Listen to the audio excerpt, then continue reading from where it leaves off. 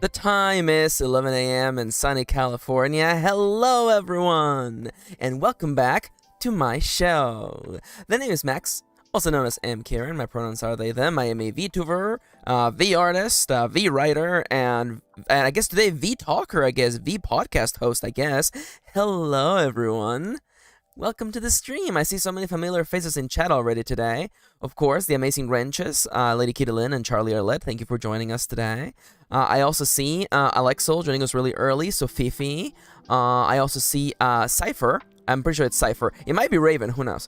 Nonetheless, thank you for joining us today. I see Peter, I see Topper, I see Alex. Hello, everyone. Let me hit you with a very nice and bright... Thank you for joining us today.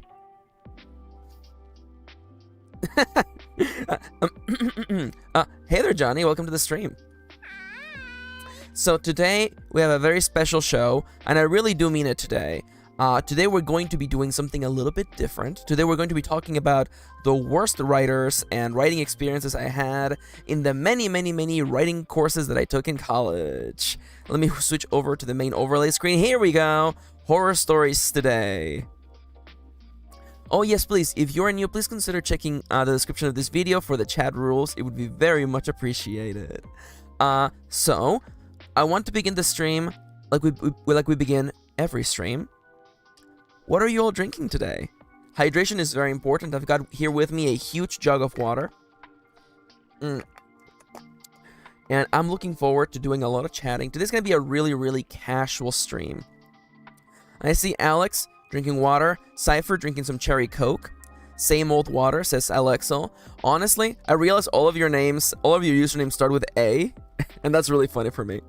Just pattern recognition, you know, the way that the human brain is. So yes, today we're going to be having a conversation. I have seven case files to talk to you about. And of course, there will be time after I've gone over all my stories for all of you to share your stories, and we will talk together, we will vent a little bit, and I want to believe that at the end of the day, we will emerge out of this excited to get back into writing. How about that, huh? I see some Fifi's having black tea with cherry syrup. That sounds actually delightful. Honestly, I just think about it and I'm just like... It sounds delicious. Cherry syrup. I gotta write that down. That sounds amazing. Also, by the way, a couple of things to add to the conversational topics at the beginning of the stream. I made the thumbnail for tomorrow. Yeah, we're gonna get back to writing tomorrow, by the way, so I made a little thumbnail. I had a lot of fun with this one. Here's a little inside joke for everyone who knows about the role-playing game that I'm making. I like how bubbly the logo came out, actually. I think I might do something like this for the logo for the role-playing game, just like a handwritten logo. I kind of like that, yeah. You know, you got a baby, you got a mayor. What's the middle of that Venn diagram? Thank you, Charles. It means a lot to hear that. So I know that we have a little bit of a change of plans, I think. Oh, Kitty's back with coffee. Hell yeah. Charles, not to put you on the spot right away, but have you had a chance to think about your streaming schedule? Will you be making changes? Again, I'm not trying to put you on the spot. I realize that I'm doing that, but you know, you don't have to answer the question if you don't want to, if you're not comfortable yet. Because I know that you were saying that you're not feeling too good, and that's completely okay. You know, the original plan. Absolutely no problem whatsoever. You know, as a matter of fact, Charles is planning on debuting soon. So if anybody's interested in checking out our friend Charlie Arlette's awesome tabletop role-playing streams, please please consider following us on Discord. No worries. I just thought that I would ask. So yeah, the original plan might be moving a little bit, but you know, Charlie Arlette will return with their debut in time. You will get to meet this little guy, just a little mousy guy. I love that. So other things that are going on the stream, I do want to remind everyone that the nugget counter is literally to the left of me.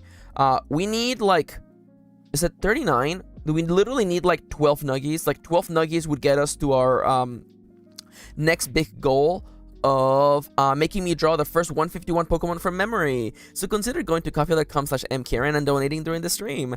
Your message will get read by a beautiful machine voice. You'll get warm, fuzzy feels, and I'll get nuggies that are going towards...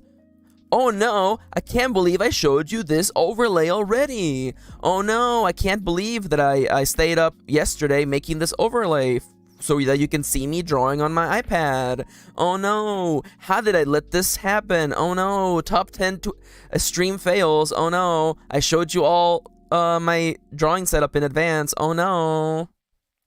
Anyways, I can't believe I let that slip. Oh no. Yeah, I had a lot of fun making it. You know, I wanted a little something. Again, like I took like 2 seconds making this, by the way. I was trying to find a room for like the chat box. I went with a really like long chat box. The music is still there. Yanto's there, and just like a little overlay for like, you know, my simulated drawing tablet. And that big white square is where the where the iPad's gonna go once I actually download the software. By the way, thank you so much to everyone who donated. We have unlocked art streams.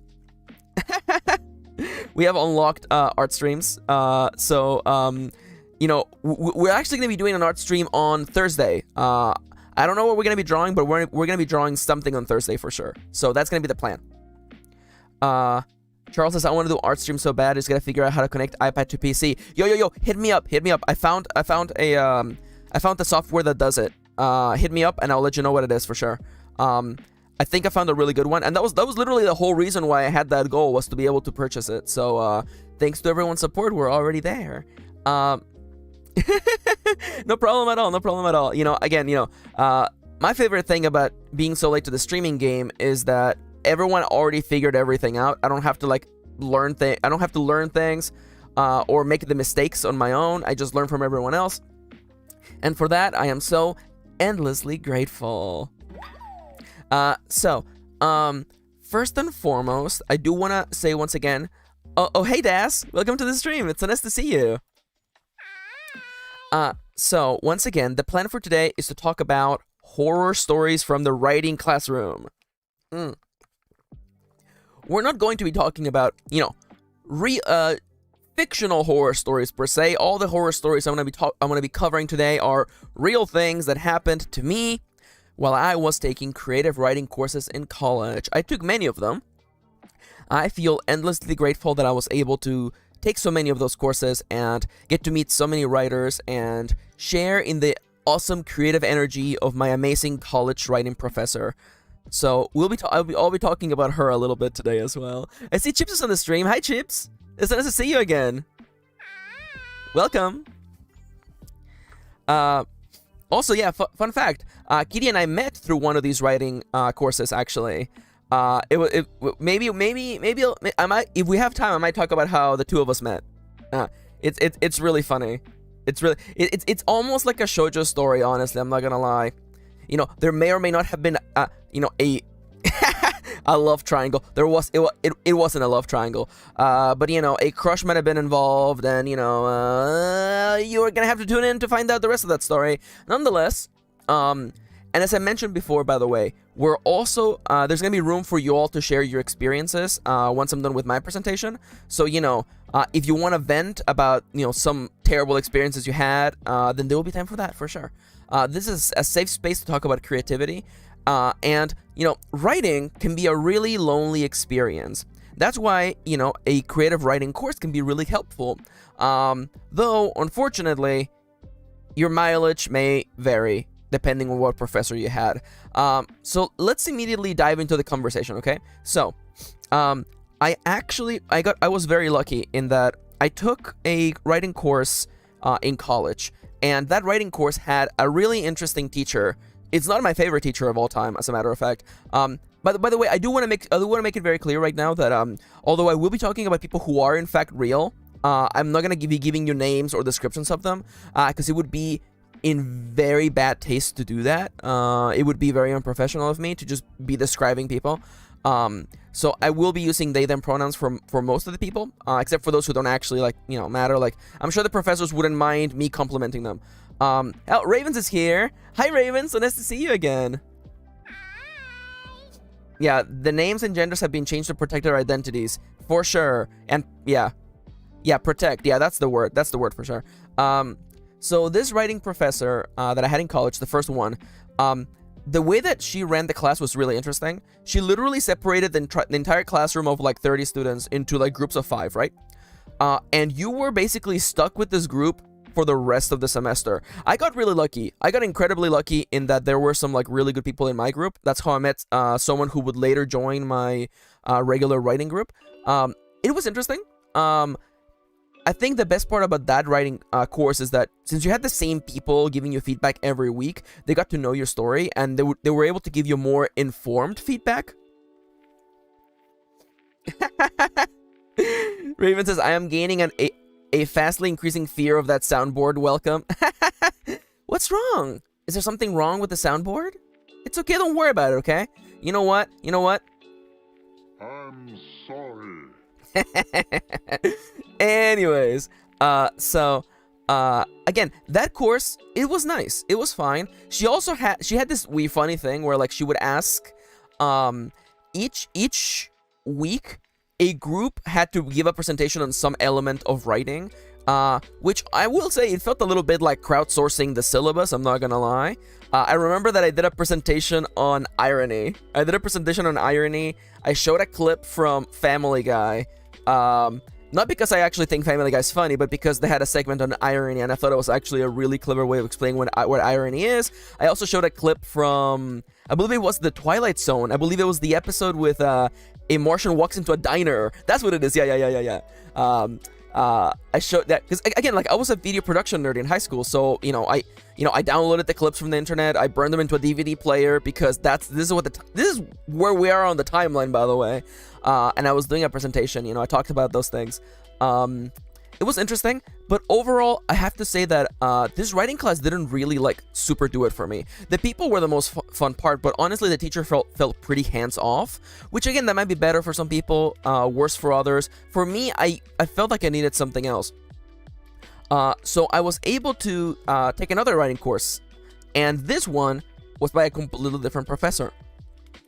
This professor would go on to be my favorite teacher of all time.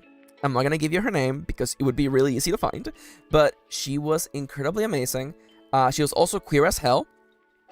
And even me back then, I was like, I wonder why I really liked this professor. Maybe it's because she was openly queer in a community that was maybe not so.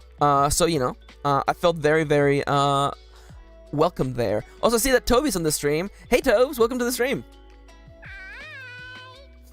English teachers gay? That can't be the case. Honestly, the more I look back on my past, like I had so many like teachers who were very much queer coded, like I'm pretty sure like I had like like the first English teacher I had in high school was definitely gay. I'm 100% certain that woman was not straight. I am 100% certain. And then there's also I had another incredible English teacher in high school, and it's just a thing where I'm like she's slightly older. She's not married, and I'm just like, okay, I have a faint feeling. Anyway, she was great. So in this new writing class, the setup was a little bit different.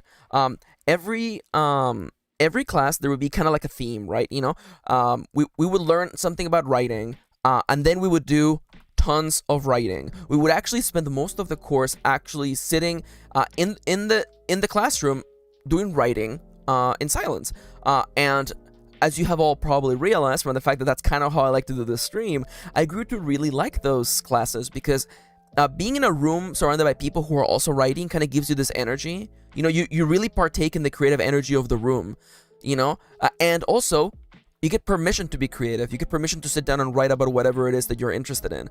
And sometimes she would give us prompts, she would give us like writing prompts. And fun fact, some of her writing prompts became the inspiration for all the prompts that I put up on Tumblr back in the day, and she would give you prompts sometimes, and she would be like, you can write about the prompt that's on the board, or you can just write about whatever you want, and that's kind of like her energy that I really appreciated.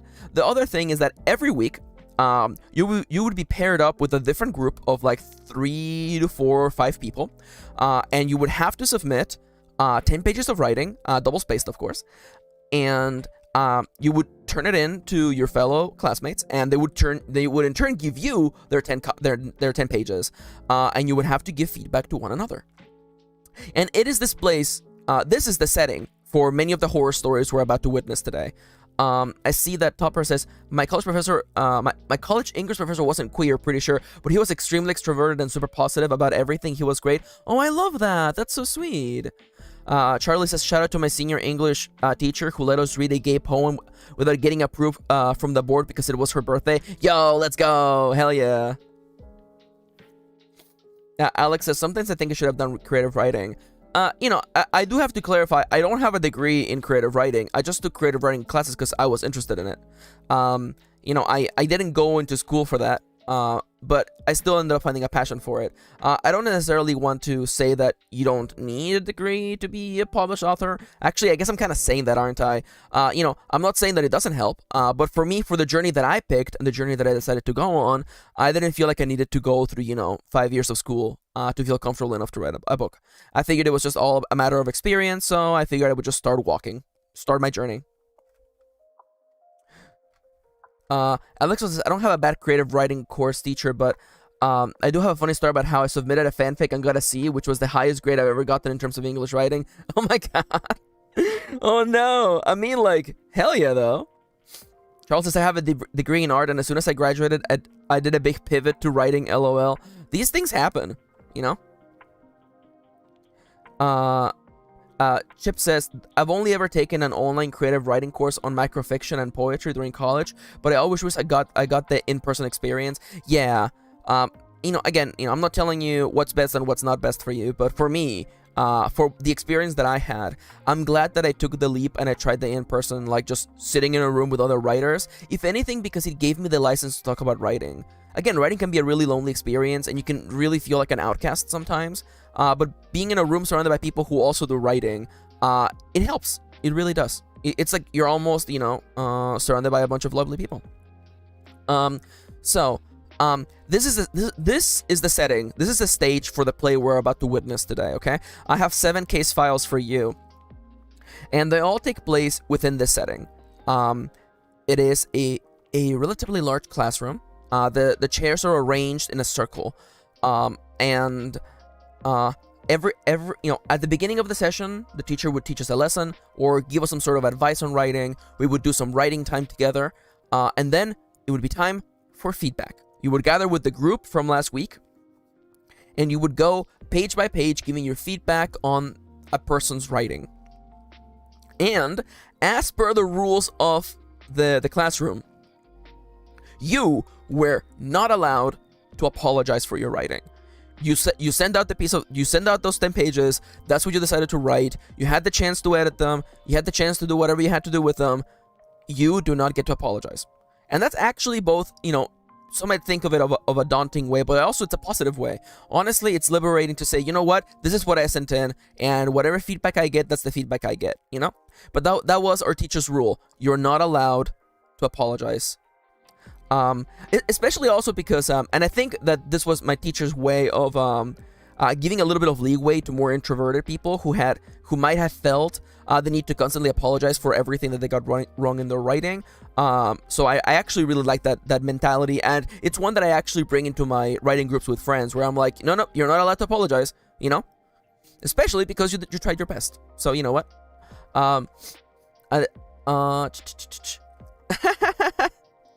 Oh my god, Raven says, I decided to actually make the show. Right now, me and Cypher are trying to figure out the story beats, and I'm making a Discord server to house the people interested in assistance. Yo, hell yeah, that's awesome. That's really fun. Collaborative storytelling is so much fun, honestly. And again, hey. We're not putting Kendra on blast. Kendra's not here. We can't put Kendra on blast because Kendra's not here. I will defend Kendra and then, roast them once they're here, okay? Also, these things are difficult.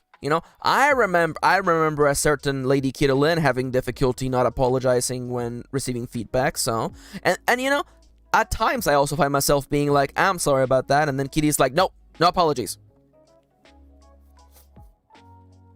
All right, so let us begin now with the very first case file. Case number 1. 1,000 words. for longtime followers of my channel, some of these might seem familiar, but trust me, there's a lot of news stories here as well. And I want to begin with one that is just completely ridiculous, as to betray any resemblance of sense and logic. So, let me set the scene for you, okay? It is our creative writing class. It is the second week of the semester. On the first week, no one turns in writing because, you know, you have not been given assignments yet. But on the second, or maybe in the third week, no matter. It is the first week that feedback is happening. I have been put in a group with a couple of people that I know, and one person who's completely new to the class. And I'll just tell you this person was a character.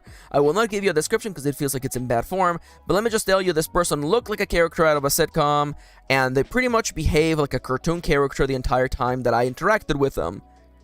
Let me just tell you really quickly that the hard rules in this class were that you submit 10 pages of writing double-spaced. And that when you gave feedback, you tried not to be an absolute jackass. Excuse me for just saying it so bluntly. Anyone familiar with our Discord server, we have the critique sandwich. I completely stole that from my professor. The critique sandwich is when you give 2 negative pieces of feedback, making the bread of 1 piece of good feedback, or positive feedback. So whenever you're giving negative feedback, you must at least give something positive as well. We call this the critique sandwich because the goal of giving feedback is to encourage people to improve, not to just crush their hearts and destroy any kind of hopes that they have of becoming a writer. If you give feedback so hard that someone loses the will to be a writer, congratulations, you have failed. You have literally made the world a less happy place. So giving feedback is a little bit of a balancing act, right? You don't want to be too harsh, but you also want to, point out the things that are ineffective in the fiction. Moments in the narration where the punctuation falters, or just things like typos. So once again, here I am. I find myself in a small feedback group with quite a character. This person is a little bit older, and when it was time to give each other our writing, this person immediately stood out by their inability to follow the rules. So let us first remember 10 pages double spaced, okay? And I show up to the class, and I already have all my I have my 5 bundles of 10 pages ready to go, right? And this guy, first and foremost, he did not even bring enough packages for everybody. He already knew the group size he was in, and he didn't bring enough. But the most hilarious thing, like, warning number 1, the document that contained his writing was not all writing. And people have heard this story, and I'm gonna say it out again anyway because it's just so ridiculous. This person showed up to a writing class and handed me and quite a few other people a bundle of 10 pages, several of which were large, overblown photographs. Now you may be thinking to yourselves, okay, well, this is definitely going to be interesting. One of these photos was a huge, chunky, pixelated, overblown picture of Salma Hayek. And when asked as to what the heck this is, the person in question said, "Oh, that's what my character looks like." Now you may notice that this guy seems to have a little bit of an issue with describing things. This will become a theme later on. We like to call this foreshadowing. So yes, this guy gives you a bundle of 10 pages, several of which are large overblown images, right? There's an image of like Los Angeles, there's an image of Salma Hayek, and an image of like a pyramid, right? And so, I'll tell you right now that this person's writing was kind of entirely nonsensical. It involved a pyramid showing up suddenly in Los Angeles. Nothing is described in this story. Which, if when it came to offered feedback, I assure you, this was one of the toughest times in my life because I'm like, oh my god, where do I even start here? First and foremost, I would always say description is really important. Description is what allows someone to be able to see what you're, the image that you're painting for them in their mind. Yeah, why describe? We have pictures, says Kitty. Oh my god. Let me just say that feedback with this person was not a good time. This person was also incredibly defensive, which I'm just like, you know, like, and I want to make it clear. It wasn't like this person went up first, right? Like, I'm pretty sure that this person chose to go last in feedback. So by then, we had been talking for like an hour and a half, going through feedback, you know, receiving feedback, giving feedback, and like, you know, it isn't like, you know, we put this person up, you know, it's not like this person walked up to the guillotine and was like, oh no, I'm about to get roasted, you know. By then, we had all given feedback, and when it came for their turn, you know, this person was very defensive about the writing. And again, you know, if I had to tell you, you know, one thing that I wish this person had done better was just more descriptions in general. But this person seemed a little bit antagonistic towards the idea of descriptions. And I'm gonna cut a little bit forward in the future, because this person went on to say one of the funniest things that I have ever heard in a writing class, and was that when we were talking about genres and like what makes different genres different, this person went out of their way to grind the conversation to a halt by raising their hand and saying, the reason why I don't believe in science fiction is because how can you describe a spaceship when spaceships don't exist? And the silence that followed that question probably lasted a good like 30 seconds. And again, you know, my writing professor, absolute ace, incredible master of navigating terrible conversations, was able to pull us back to the topic, but that lives in my head rent-free. How can you describe a spaceship when spaceships don't exist? And I'm just like, you know, again, it seems really funny to me that like the person who, like, instead of describing what, you know, their main character looked like, this person just put up an overblown image of Salma Hayek.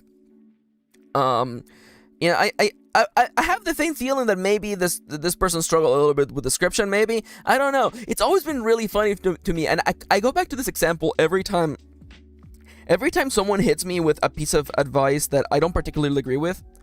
Yeah, see, Toby, Toby, give yourself, I'm gonna hit you with a good old... Because Toby said, how can you describe a pyramid in Los Angeles if it doesn't exist? That is exactly what I brought up to my friends afterwards. I was like, yeah, also pyramids don't exist in Los Angeles. How can you describe that? You know, how can you write about that if it doesn't exist? It bothered me so much. Also, if spaceships do in fact exist, it bothered me so much.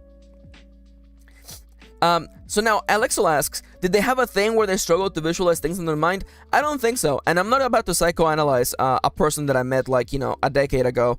But I'll just tell you that from the way this person carried themselves, I don't feel a lot of sympathy towards this person.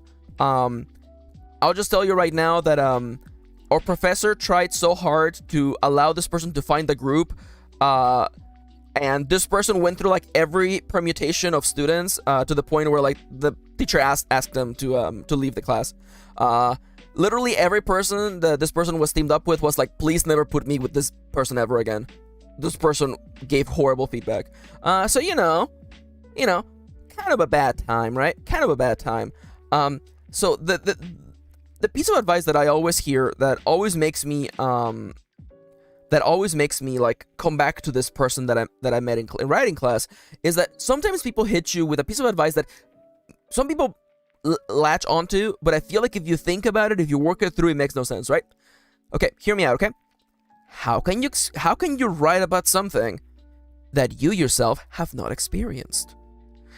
Sometimes, you know, let's say for instance that, you know, I may or may not have known someone who was like, you know, they might have been going through a tough patch in their life, and they were like, how can I write about being happy when I don't know what happiness feels like anymore? I might be a little bit over dramatic there for a second, but And the feedback that I told them was the same thing that I've always said, is like, how can you write about a werewolf when you're not a werewolf? You can write about these things because we have imagination, because we are creative people, because our human species literally evolved to talk about things that don't exist, you know? It is literally the thing that allowed us to become one of the number one apex predator on this planet. We're able to talk about complex things, many of which do not exist. The idea of morals, the idea of ideals, these are complex concepts that don't actually exist physically, but we're able to talk about them.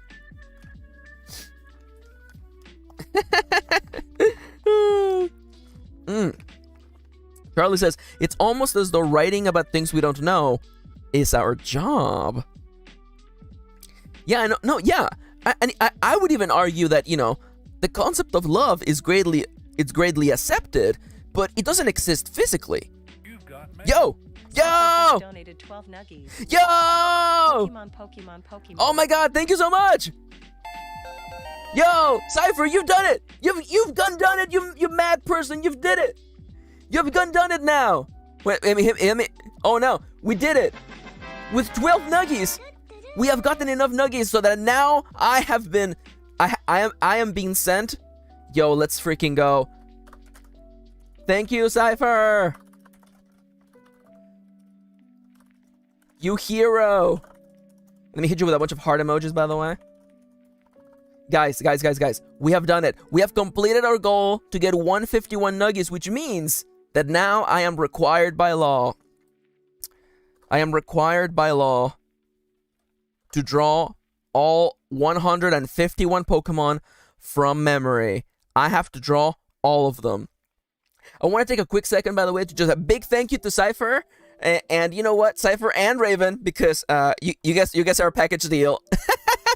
Thank you so much for your support. It means the world to me. Thank you so much. Now, by the way, we're at Mew, but I'm not gonna show you what Mew is because now I'm going to practice Pokemon abstinence. That's the word that came to mind. I will not look at Pokemon until I have drawn the first 151. I will not cheat. I will not study. I am going to draw all of these Pokemon from complete and utter memory. Once again, thank you so much, Cypher and Raven. Thank you so much for your help. We're there. We made it. Yes. Yes, Pokemon abstinence, okay? You know, my parents told me that I wasn't allowed to play with Pokemon until I got married. Just imagine a Mew, even if it doesn't exist. Yeah. How can we talk about Mew when Mew doesn't exist? All right, have we all considered this? Oh, no worries. Thank you so much for donating. You guys are the best. Oh my god. We did it. We made it. Also, yeah. Oh my god. We did it. Oh, I'm so excited, especially because I have my little drawing setup is all ready to go. So literally, we might even start doing that on Thursday. I have to see my schedule, but we might be able to start on Thursday.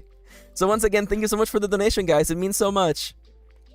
And that actually came at a perfect time because I feel like I was kind of done with case file number 1. So the short of it is that, you know, if you have a part of writing that you feel like you're not very confident about, for instance, if description is something you struggle with, maybe don't commit to being the person who hates description and who prints overblown pictures of Salma Hayek instead of just describing your character. Also because you're not allowed to do that, by the way. There's a writer who actually got sued by Scarlett Johansson by having a character in his book literally be... The description for the character was, this character just looks like Scarlett Johansson, and Scarlett Johansson, who, you know, owns the copyright to her likeness, was like, yo, you can't just say that.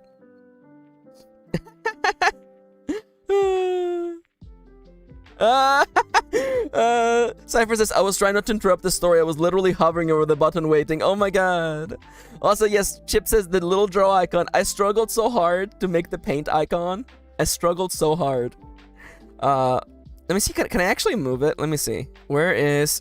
Man, you don't even want to see. Nope. You don't even want to see, like, my... Oh, here you go. You have no idea. Like, my stream setup is a huge mess. But there you go, yeah. I wanted something... Let me just uncover my face. I wanted something that, I wanted something that would look kind of like old school like apps, you know. And again, I'm also only using the same colors that I've been using on the whole setup. So, you know, the red is from the tomato, the green is from the tomato as well, the yellow is the yellow that I've been using on the entire setup. I like to use a consistent color palette. That's why I literally, I can't share it because I don't have it ready, but one of the reasons why all my thumbnails look consistent is because I actually use the same color palette on every single thumbnail. My character's like skin tone and hair tone look consistent because I literally use the same color palette in each one of them. Yo, I think I can find the Salma Hayek image. Honestly, I might. Someone remind me. I will make it like an overblown like emoji in our chat. I feel like that would be funny. But let's move over to case file number 2. Now, if there are any underage people in chat, I'm gonna ask you all to viewer discretion is advised, by the way, because we're about to talk about something that's a little bit more spicy. So, let us remember once again the setup, right? A nice large classroom in my local college. The chairs arranged, the desks arranged in a circle around the center, and writers either partaking in the act of writing or giving each other feedback. So, case file number 2 is not safe for class. This one is gonna be spicy, so I want you, everyone, hold on to your shorts. So, the topic of this episode is someone that I actually got to know because they, just like me, they took upon this course several times. I will not give you any description of this person because it would be in bad taste. But let me just say, oh, hey, Irina! Hello, Irina, so nice to see you. Let me hit you with a good old... Yeah, we're talking about horror stories from the writing classroom. We're on case file number 2, not safe for class. You're arriving just in time for something really, really spicy. So, this person, I've known them for a long while. They weren't really a friend, but, you know, a close acquaintance, let's call them that, you know. I met a lot of people through this writing class, you know, and there were a lot of, like, you know, usual suspects, let's just call them that. And this person was one of the usual suspects. This person, I had read their writing several times. Welcome back, Kitty. So, let me just say it like this, okay?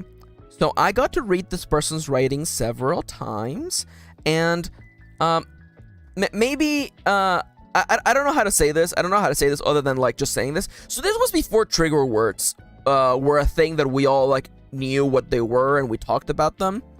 And definitely, if this person existed now, and they were partaking in a writing course now, they would probably have a list of trigger words on, like, the front page of their writing that they would be submitting every week. This is before that. This is in you know, in the olden days before we knew about trigger words, right? So, this person's writing was overflowing with sexual content, and kind of messed up sexual content, and I don't know how to say this. I'm just gonna start talking. I'm just gonna start second-guessing myself and just talking about it. So, maybe if I say it in, like, a gremlin voice, maybe it'll be less effed up. So this person, you know, they submitted, essentially, messed up sexy times. And, you know, there was a recurring storyline, of course. You know, there was a female presenting person who was having a really bad time with an abusive boyfriend, and there was a lot of the SEX. I can't say it out loud, or YouTube is gonna unmonetize this video. That is not monetized. They're gonna unsuper monetize it. So there was you know, bondage and S&M and a lot of really, really nasty stuff. And now you may be thinking, much like Chips over there in chat, is this allowed? And the answer is, my teacher was really cool about this stuff, you know? And again, you know, my teacher read everything that came in, you know? She read everything. So she knew about what everyone was writing about, and she kind of went out of her way to group people with people who would give the best feedback. I hate to say that I was often kind of a guinea pig, because I think that I gave relatively good feedback, so my teacher was like, hey, Max, why don't you read this person's writing again? And I'll just be like, right? Shit, here we go again. So, honestly, and again, we were all adults. We were all adults in this college classroom. Some more than others, yes, but we were all adults. So, I read a lot of these stories, and I'm gonna just tell you right now, there was some effed up abusive stuff happening there. I don't want to say that there was also probably mentions of self-harm and drug use and a bunch of other really, really messed up stuff. Now, you may be thinking, well, this is definitely a textbook case for trigger warnings and maybe letting people know what they're getting into before they do. And it is definitely a case file for that. But that isn't even half of the nightmare. So, flash forward a couple years. This person hasn't been in the writing class in forever, and that's okay. People come and go. So Alex says, it sounds like someone being edgy just for the sake of being edgy. Oh boy. So I learned later, through the grapevine, as people say, that this person actually worked as a porn star. This person actually worked as a porn star. And again, we're not judging the sex industry. We're not judging those people here today. We're not judging them today, okay? I'm not here to judge people who do that. The issue that I take... Oh, Kendra's here. This is a perfect time for Kendra to be in here. Hey, Kendra. We're talking about horror stories today, and I'm talking about... This one time, someone was writing their sexual escapades into writing and submitting them to class. Is that called bearing the lead? So, being more familiar, suddenly learning a lot about this person that I thought I knew, it became rather clear that the stuff they were writing about, I always assumed that it had something to do with like their personal life, but me, maybe being a little bit naive, I assumed that it was all, like fantastical stuff. People do this, in fact, we're gonna be talking about that a little bit more later, but I have reason to believe that the sexcapades that were in the writing, including the bondage and S&M and BDSM stuff happening, was in fact autobiographical. Which honestly, again, we're not judging people here today, okay? Or any day. But my issue, in fact, really, is the fact that, like, the story portrayed a really, really, really abusive boyfriend, which felt extra effed up in context. I was just like, oh my god, we're just talking about, like, your abusive relationship in writing. And again, I'm not judging that. Some might argue that there are some really acclaimed authors who all they do is just literally write about their stories just with the names changed for sake of not getting sued later. I think, honestly, the biggest problem with the thing that makes this such a horror story, it's after the fact learning how effed up it was and how it wasn't, Kitty says, I mostly feel bad for this person. I mostly feel bad for them too.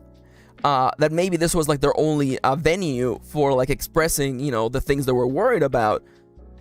But also, I wonder, right? This is the kind of thing where like time passes and you reflect on what happened, and I wonder, Was this person... Were they getting off on making everybody read this?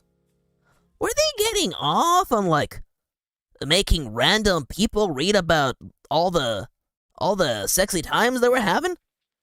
Is that what was going on the whole time? Because a part of me is like, much like Kitty, I'm like, I kind of feel bad for them, I mean, like, if their boyfriend was in fact so abusive, it does sound really messed up.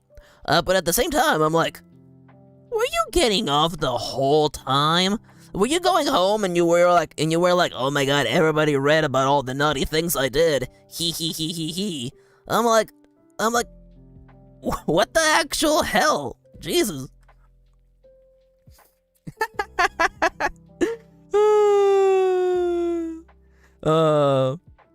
And oh god, not the awkward, low-key autobiographical read out loud in class scenario. I've been there. Oh yeah. Writing smut as a form of exhibitionism. Again, I'm not psychoanalyzing someone I met years ago. But if you knew this person, you might have seen the line, okay? And again, it's hard to express all these things without you having been in the room as well. But if you had known this person, I'm narrowing my eyes, by the way. If you had met this person, you would have seen the line. You would have been like, oh, you're kind of getting off on this, aren't you? Again, you know, if the truth about the abusive boyfriend in the stories was in fact true, then I definitely feel bad for them. But at the same time, just like, huh. Was this something you did for fun? Because I never got the feel that they were actually working towards writing a novel, I will say that. You know, because people in writing class, they're either in there because they're already writing a book, or they have been writing a book for like 10 years. You know, we've all been there. Or there are people who are like, I feel like I need permission to be able to start writing, so I'm going to show up here and start writing a book. And I wonder, because they were not in either camp. You know, this person didn't already have a book, and they weren't working towards writing a book. They were just writing these overly sexual stories. And I wonder, you know, and again, there, you know, things don't have to fit into one neat category. It could be a combination of things, you know? Maybe they enjoyed making people read this stuff. Maybe they also found it cathartic to talk about their experiences in this particular way. Again, we're not here to judge anyone for their profession that they do, especially not me, because I'm literally a digital projection existing in virtual space. Who am I to judge anybody? But, you know, it's strange. Yeah, see. Toby says, by the way, anyone who's joining the stream, I would like to let you know to please check the description of this video for rules of how to behave yourself on the stream. I would really appreciate that. Thank you. Toby says, I would never show my not safe for work artwork or writing to anyone in person I knew. Yeah, see? Yeah. Like that's like that's the vibe, right? And again, I wonder, because, you know, it's a writing class, right? And maybe there's that sense of like talking to a random person in the subway, you know what I'm saying? And maybe it could be like, well, I know you, but we're like classmates. It's not like a real relationship. So I can definitely envision a situation in which this person is like, I want people to read these things, in a way to overcome my own feelings about it, but also because it's kind of hot to make people read my sexy adventures. Maybe, I don't know. Maybe I'm reading too much into it.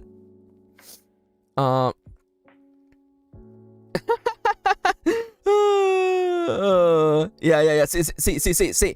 Here we go. Okay. Kendra says, I mean, my theater co-writes pieces about their actual, you know, naughty lives, but there are trigger warnings in place, and the audience knows the context, so it's not like thinly veiled. Speaking of thinly veiled, it's actually, well, oh no, we have 2 thinly veiled stories coming up. Yeah, there's a time and place for these kind of stories for sure. And again, I don't think the classroom was the wrong place. Again, my teacher, she was incredible at pairing people together, and, you know, if anything, you know, I think that her judgment of picking me and some of my close friends to give this person feedback, I think they were correct. I feel like I was probably one of the better people to giving this person feedback. I didn't dwell too much on the naughty aspects. I focused mostly on writing flow, punctuation, stuff like that. So again, maybe the teacher knew what she was doing. Oh my god.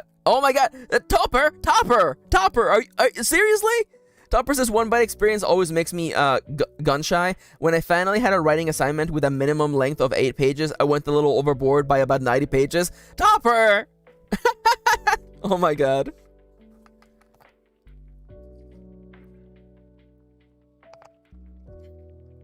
Yeah, honestly, especially like Toby's comment in the chat is also like, we live in a different world now, right?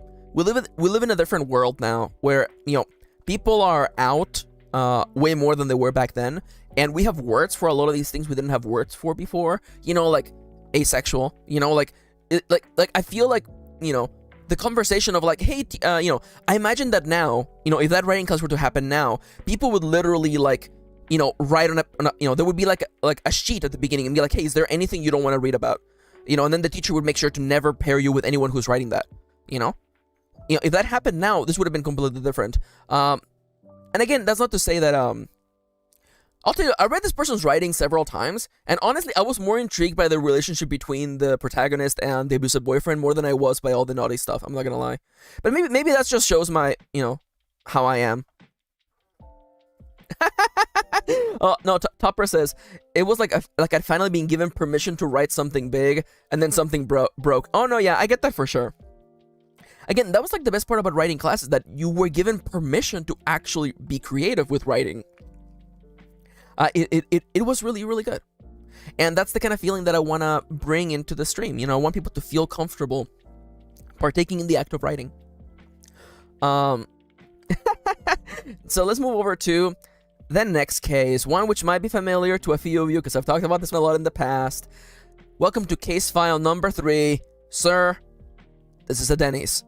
So, this happened in one of the earlier courses. So I need you to imagine, again, my teacher, an angel.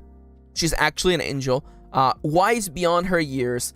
Paired me with a couple of people who were, let's just say, giant nerds. I don't know why. I have no idea why my teacher would look at me and be like, oh, you definitely should read the work of these two nerds, right?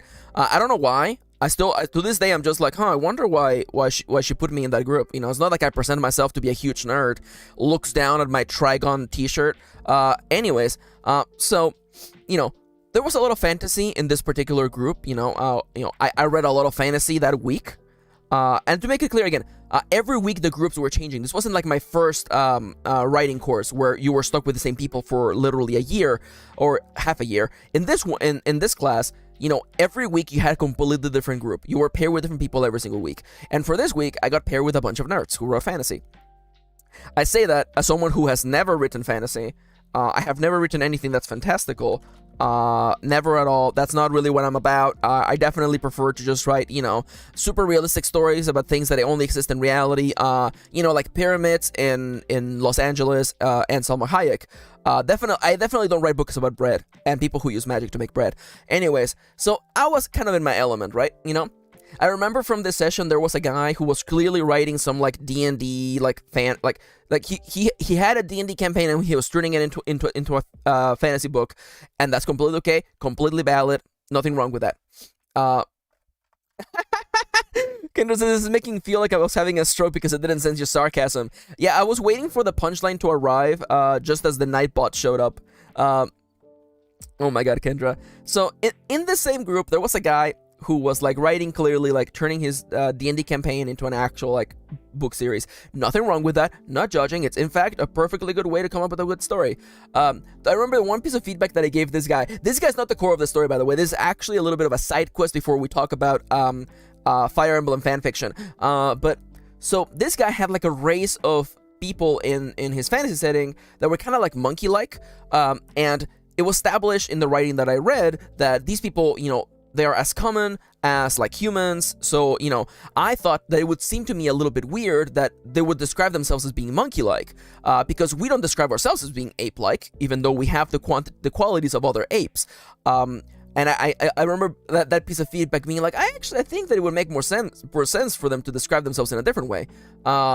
And I remember that being like the guy was like, oh my god, you're absolutely correct. So, you know, I was like, oh my god, I actually gave someone a bit of a harsh piece of feedback and they actually like didn't like just like, you know, react badly. Anyways, this is not about that. The core of the story, Sir, this is a Denny's, is because, as I foreshadowed earlier, someone submitted 10 pages of what was very clearly, to a nerd like me, it was very clearly Fire Emblem fanfiction. Particularly Fire Emblem Radiant Dawn, because there's that pretty Pegasus rider girl. So, immediately you would think, well, this is effed up. But the story gets unfortunately worse. So I'm the only person in the group who realizes this is in fact Fire Emblem fanfiction, right? No one else in this group knows. The idea of a Pegasus Knight seemed so incredible and fantastical to the rest of the people at the table that they kept praising this person. They were like, oh my god, it's so interesting that you came up with people who ride Pegasus and fight with them and wield spears and are weak to arrows. That's a joke. Everyone was so like shocked. They were like, oh my god, it's such a cool idea and so creative. And internally, I'm just sitting there like, oh my god. Nobody else knows but me. Oh my god. I'm the only one who knows that this is in fact just Fire Emblem fanfiction. This person didn't even bother changing the names, by the way. So that's how I knew for sure. Yeah, the Pegasus Knights gave it away, but then I'm like, that's just even the name. You're just calling that character the name. You submitted this for a college creative writing course? And again, okay, I'm judging a little bit today. I'm judging a little bit, but I'm just kind of like, what? Like I understand you're in a creative writing class. I don't understand why you wouldn't just at least change the name. At least, like, you know, I guess maybe that's just I guess I'm gonna out this person a little bit. Chips is like, Max is the one person at the party in the corner. They don't know it's Fire Emblem fanfiction. It's so true. It's so true. And what gets me is that, like, you know, okay. I don't know how to say this other than just being like a huge like ass hat. But I'm just like, there's a creative writing class. There's a creative writing class, okay? And like, I assume that you're taking a creative writing class surrounded by people who are telling their own original stories because you want to, you know, do something like it. And I'm not saying that fanfiction isn't original. Fanfiction is in fact completely valid. But this is a college writing class where everyone is submitting original work. We're gonna have a story very similar about not knowing how to read the room. To me, honestly, I'm gonna out this person. This to me reads a lot like mask, like cishet confidence of like, yeah, I can definitely show up today. I can show up with 10 pages of Fire Emblem fanfiction and no one's gonna call me on it. You know? That's honestly what it felt like to me. It felt like to me like this, again, Alexo, there is nothing wrong with fanfiction. It's just that for this particular class, it felt a little bit bad, especially when we consider the content of the actual writing. So let's move. Oh, hello, Igor. We're doing fantastic today. How are you doing? Let me hit you with a good old. We're talking about horror stories from the writing classroom. Sorry for bunking the mic. Horror stories, horrible things that happened while I was taking creative writing courses. Right now we're talking about case file number 3, sir. This is a Denny's. Long story short, a person has, we're doing a creative writing group. We're giving feedback on each other's writing, and someone has submitted 10 pages of Fire Emblem fanfiction to be feedbacked in a college classroom. And I'm the only person who knows that I'm the only person who knows that this is in fact Fire Emblem fanfiction. And again, nothing wrong with fanfiction, but again, you kind of have to read the room. You kind of have to read the room. Yeah, you know, and again, you know, everyone was praising them because they thought Pegasus Knights were so cool, and this person was just eating it up. They were just like, oh my god, thank you. Oh my god, I know, you know, I felt really creative when I came up with that. And I'm just like, and this here, this on face value should be enough to make you go, well, screw this person. And then we get to the actual contents of the writing. So I will summarize the entirety of those 10 pages in the following sentences. It is a story about a self-insert character who very much clearly represents the author, attempting to take their own life by jumping off a cliff, while the cutest Pegasus Knight from Radiant Dawn is constantly trying to convince him to not take their own life. 10 pages of that. 10 whole pages of that. Super yikes. Super yikes. Yeah. It felt very bad. Like, and by the way, I know that I kept saying, this is before we had trigger words. I am 100% certain that even though this was like 2012, the professor would have been like, yo, what the hell? What the hell? Why is this happening in this book, you know? Is everything okay? Is everything okay? Yeah, see, Alexos says here, yeah, the fanfic I submitted to class, I made it very clear that it was fanfiction and that it was just fluff. See, that's fine for me. See, communication is key in all relationships. And if you're gonna, you know, for instance, if 5 people are gonna spend, you know, so many hours of their weekend reading 10 pages of your writing, you should probably be like, hey, by the way, this one is full of like naughty bits. Or, by the way, I actually didn't write 10 pages. Here's like three overblown images. That's why Sir, this is in fact the Denny's. This is not, you know, a place for you to submit this kind of really, really messed up story. This is in fact the place for creative writing.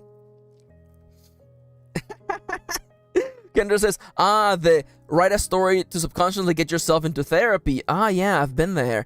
Yeah, that's the kind of stuff where, like, again, this is before, you know, we are more aware about mental health issues. And I remember finishing that and being like, yo, this person needs to go to therapy. You need help. It's 10 pages. It's 10 pages of a cute Pegasus anime girl being like, please, there are so many reasons for you to live. You're so awesome and cool. And I'm just like, why? Why are we here? Why are we here? To suffer?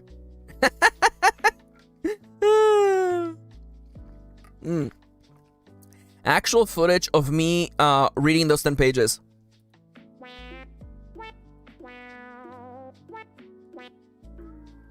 It was a bad time. It was a bad time.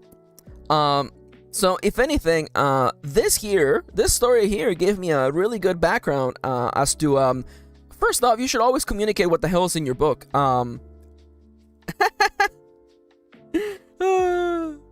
This is fascinating to me because the idea of having these experiences privately is wild.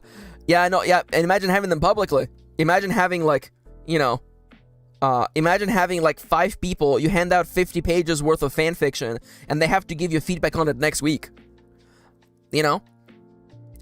And this guy never broke character for me. By the way, I want to let you know that this guy never broke character for me.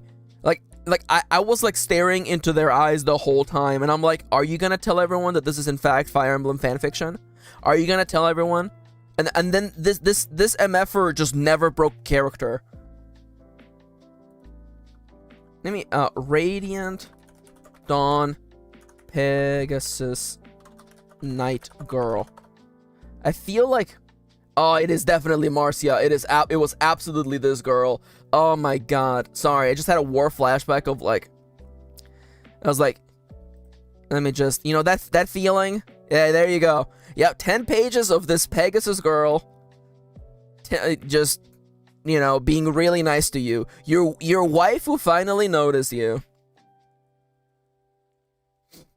No. I don't have it. I don't have the exact. She could do better. Oh, she could definitely do better. Anyway, by the way, I think she might be like 11 years old in Fire Emblem lore. So let's just get away from this real quickly. So that is in fact case file number 3. Oh crap! It's time for case file number 4. But first, everyone, take a chance. Just sip a little bit. Drink some water. Yeah, this is the thumbnail for tomorrow. Yeah, we're gonna be doing some more writing tomorrow, and I thought that Kendra would appreciate this doodle, by the way, that I made. Again, you know, we like to have fun here. We like to have fun here on the stream. So everyone, take a second to stretch your limbs. I'm actually gonna stretch my legs myself, actually. I've been sitting down for about an hour now.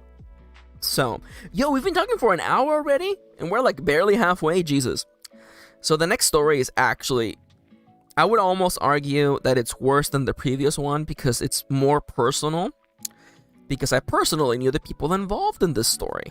You know, it's different when a random person submits 10 pages of Fire Emblem fanfiction and you never see them again. It's different when someone you know writes something really bad and you know everything that's going on in that story. Samantha says cute. Oh, thank you, Samantha. Also, I didn't see you earlier. Welcome to the stream. Yo, Daz is drinking some iced tea. Hell yeah. It is a little gummy Max. It's me. I'm just a little gummy Max. It's true. I'm a little gummy baby. It's true. Kendra says, Max, have I ever told you about the one staged reading that the professors fully stopped in 4 years of school? Yo, well, at the end of this section, we're all gonna be sharing stories, so definitely I would like to hear that one for sure. Yo, gummy bears actually goated, by the way. So, on to case file numero 4. it's personal. So this one, I was going to call this If You Know, You Know, but it's personal also kind of matches the tone that we're going for. So, again, same setup, creative writing course in college, feedback every week, 10 pages, you have to submit 10 pages double spaced, and then you get everybody's, in your group, 10 pages, usually about 50 pages worth of writing. You have to read it, give them feedback, and then you would actually sit down together the next week and go over your notes together. So, I met many people in this class, some of which I consider to be my friends, for quite a long time until they all did messed up things. Because friendships are complex, and that's okay, you know? It's better to exit out of an abusive relationship than it is to stay. Speaking of messed up things in a relationship, so imagine this, okay? I'm part of a relatively large group of people who we all met during the writing course, right? We formed a writing group, and we would submit writing to one another outside of class to, you know, get more feedback done. And let me just tell you, there are several people. There's, you know, when I say it's a large group of people, it's definitely a large group of people. Let's just say like 10 people, right? And, you know, we all know each other. We know each other from the class. Some of these people I have known for years now. And one of these persons, I'm not going to give you names because it would be in really, really bad taste, because they are people that I knew in real life and who are probably still living in this town for all that I know. Nonetheless, person A, submitted a piece of the book that they were working on. Person A submitted a piece of the, is 10 pages for the book that we're working on. And for a long time, I've had this weird and strange notion, this itching feeling in the back of my skull that there was something going on with this story. There was more to it than met the eye. No, more than meets the eye. There was more to it than met the eye for sure, right? And it wasn't until something happened in our group that things became a lot more evident. So I'm not going to give you details of what the story was about. All you need to know is that in the story, there was a really, really cool sci-fi person in a sci-fi setting, and they were out there doing missions and doing stuffs in this sci-fi setting, right? And they were doing all of this because of this really, really cool other person that they were trying to earn the affection of. People are probably already preparing their buttholes for what comes next. In the group, there was person B, and person B happened to get in a relationship with someone outside of the group, and the person stopped coming to group. And it became rather clear because suddenly a character in A's novel suddenly changed, and things became really, really uncomfortable. And I don't want to go over the lore of this, like the psychic powers of the setting and the specific like format of the way that the legions worked in this setting, but at the end of the day, let me just tell you this: it became very clear to me after reading probably like 200 pages of this science fiction novel that the entire novel had been person A's way to talk about how much they had a crush on person B. And once person B was no longer in the class or in our group, let me just say that things went really bad for the character that they were pretty much the character that was based on them in the story. In retrospect, it seemed so incredibly obvious that person A had based the characters on A and B. You know, it became so incredibly evident. I was just like, oh my god. Like, looking back on it, when it happened, I was like, this whole science fiction book is literally just so that you could get that person's attention the whole time. It was like, oh my god, this person who is just like the person in real life is so cool and interesting and fun, and everybody loves them, and they may or may not be literally the most important person in the universe. And as soon as person B got in a relationship with someone else and left the group, the story kind of fell apart. Yeah. And Kitty's like, my ace asked during this whole encounter, huh? Yeah. Oh, by the way, also, I didn't see you come in, Bianca. Hi, nice to see you. Welcome to the stream. This was actually really awkward.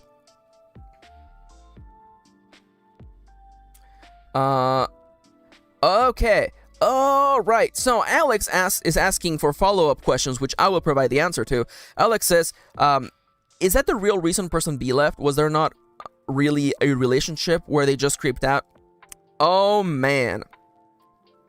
All right. You know what? Why not? Let me just say that person B turned out to be like a huge D-bag. So, not to be confused with D.A. white bag in the chat. Sorry. I'm deleting it. Please forgive me. I'm sorry. So, terrible wordplay aside, please forgive me. Okay, so person A has had a crush on person B for what I assume to be like decades. They probably met in high school or in middle school, and they've known each other forever, right? And person C, let's introduce more letters into this equation. Person C has been person's A friend for the longest time, and person B, who is the center of the crush, and in fact the coolest, most important person in the universe inside of the book, basically, they had been dating someone for a while, and then they were finally, as crappy men would say, they were finally free for the taking. Both person A and person C were like, "Yo, I want to date person B," and then C was like, "Yo, A, don't be a man like that, okay? Yo, person A needs some time to person B needs some time, they just had a breakup, you can't just be like this." And then person C went on to just go and like date person B. Welcome back to This Is Why I Fucking hate large groups of friends. You get stupid drama like this all the fucking time. I hate drama so much. It's so stupid.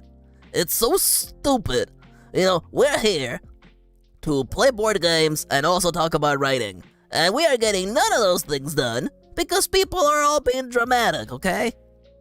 There's just lack of communication left and right. And I'm just sitting here like, okay, so you're telling me that all these years that I spent giving you feedback on this damn book has all gone down the drain because it was all just a thinly veiled lie to try to get the person you liked to like you. Is that what we're here for? Is that what we have been doing this whole time?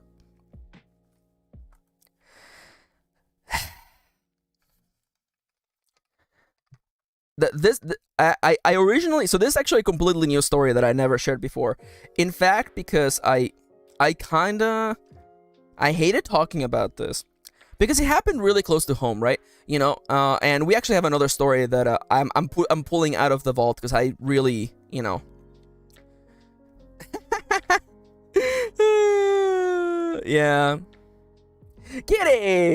Kitty's putting me on blast. Okay, so Kitty said, "God, do it the right way. If you want to get someone's attention to know that you have a crush on them, do it the right way. Write fanfics of their OCs." That's right, I did it. So, fun fact, during this time in our writing group, I may or may not have written, I wrote Kitty a like 30k fanfic, of her characters.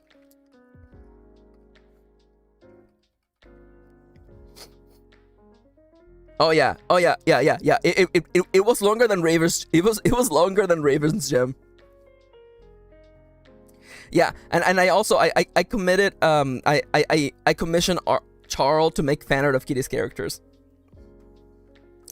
Yeah, I know. Yeah, if you want to know, and by the way, at this point, I didn't know I had a crush on Kitty. By the way, you may be wondering, Max, how could you possibly not have known you had a crush on someone after you literally, wrote a 30,000 page novel, 30,000 word novel? How did you not know you had a crush on them? And the answer is, because I'm dumb. Has it ever occurred to you that I'm big dumb? My brain is very small and very smooth. I am very dumb. I'm very small and very dumb. You should know this. You should have known this.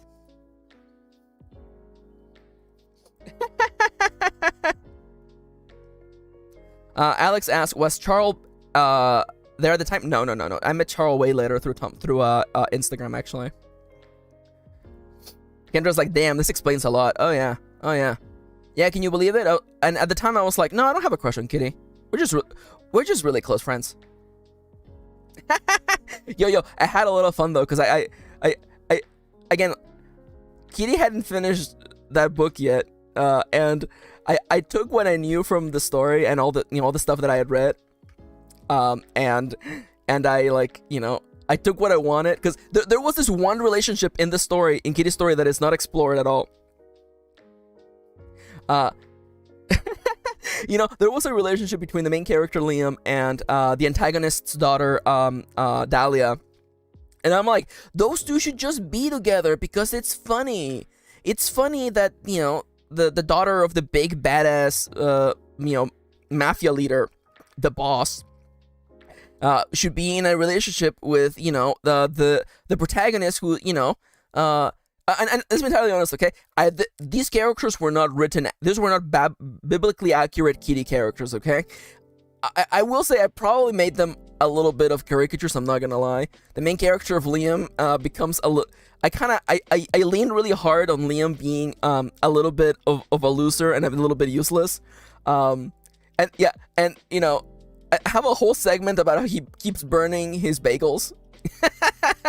But otherwise, it was a really earnest story about love, okay? Dahlia falls in love with him, okay? And then, they go on a fake date, and I may or may not have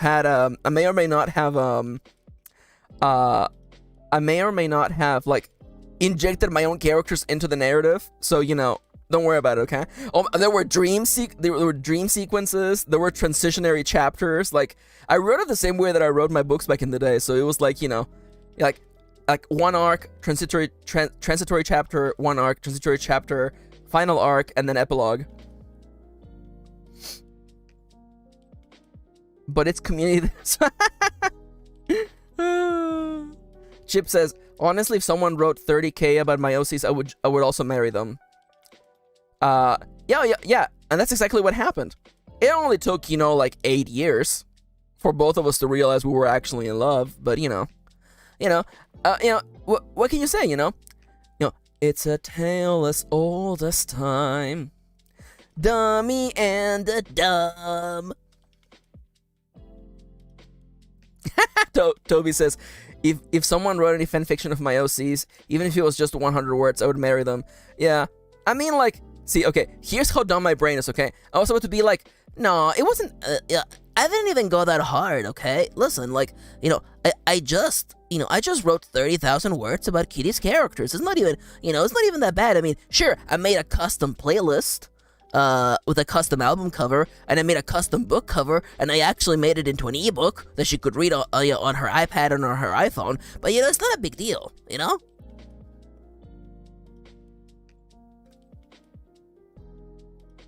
It's not a big deal. It isn't a big deal. It's not like I had a crush on her. Or anything. Lamau gay, yeah. Deep iceberg lore unlocked, yeah. Oh, yeah. Yo, I honestly, I don't want to say, I want Kitty to, revive that book so that I can publish, so that I can actually release the fanfic. But the funniest part is that, that series is definitely getting reworked. It's not gonna be the same setting anymore, so, I love it, because, when I release my fanfic, you won't recognize anybody. Yo, it's gonna be in the wedding party, gift bags, okay? Everybody gets a copy of the fanfic that I wrote, Kitty.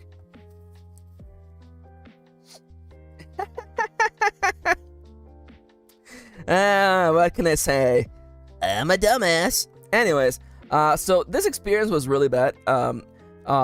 In part because I knew the people involved, and it was all just total drama, and it caused a bunch of the group to drift apart. But also because I had spent so long giving honest feedback to this story, and it turns out that the story was literally just a thinly veiled way for one person to appeal to another person's affection, and that's just sad, man. That's just sad. Thank you, Alexander.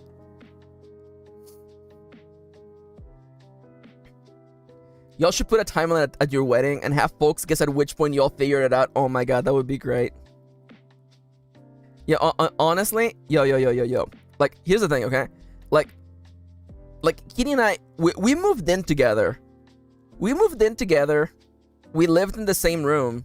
We shared the same bed, and we were still like, huh, I guess we're just really, really close friends, huh?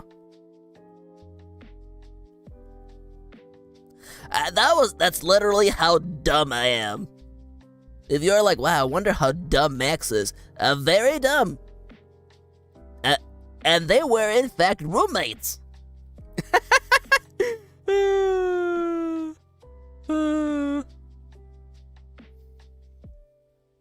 Oh my god, they were roommates.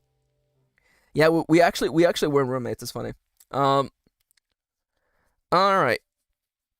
Let me just. My eye's all itchy. Oh, what's all this water coming out of my eye? Weird. Gross. Those were tears, by the way. That was the joke. What's the next story? Oh, wait. Yes. No. Yes. I messed up these two stories, but it's fine, okay? It's fine. Let me I'm gonna edit this live. I can't edit this live. Let me edit this live because I forgot this story. Can I please give me there you go.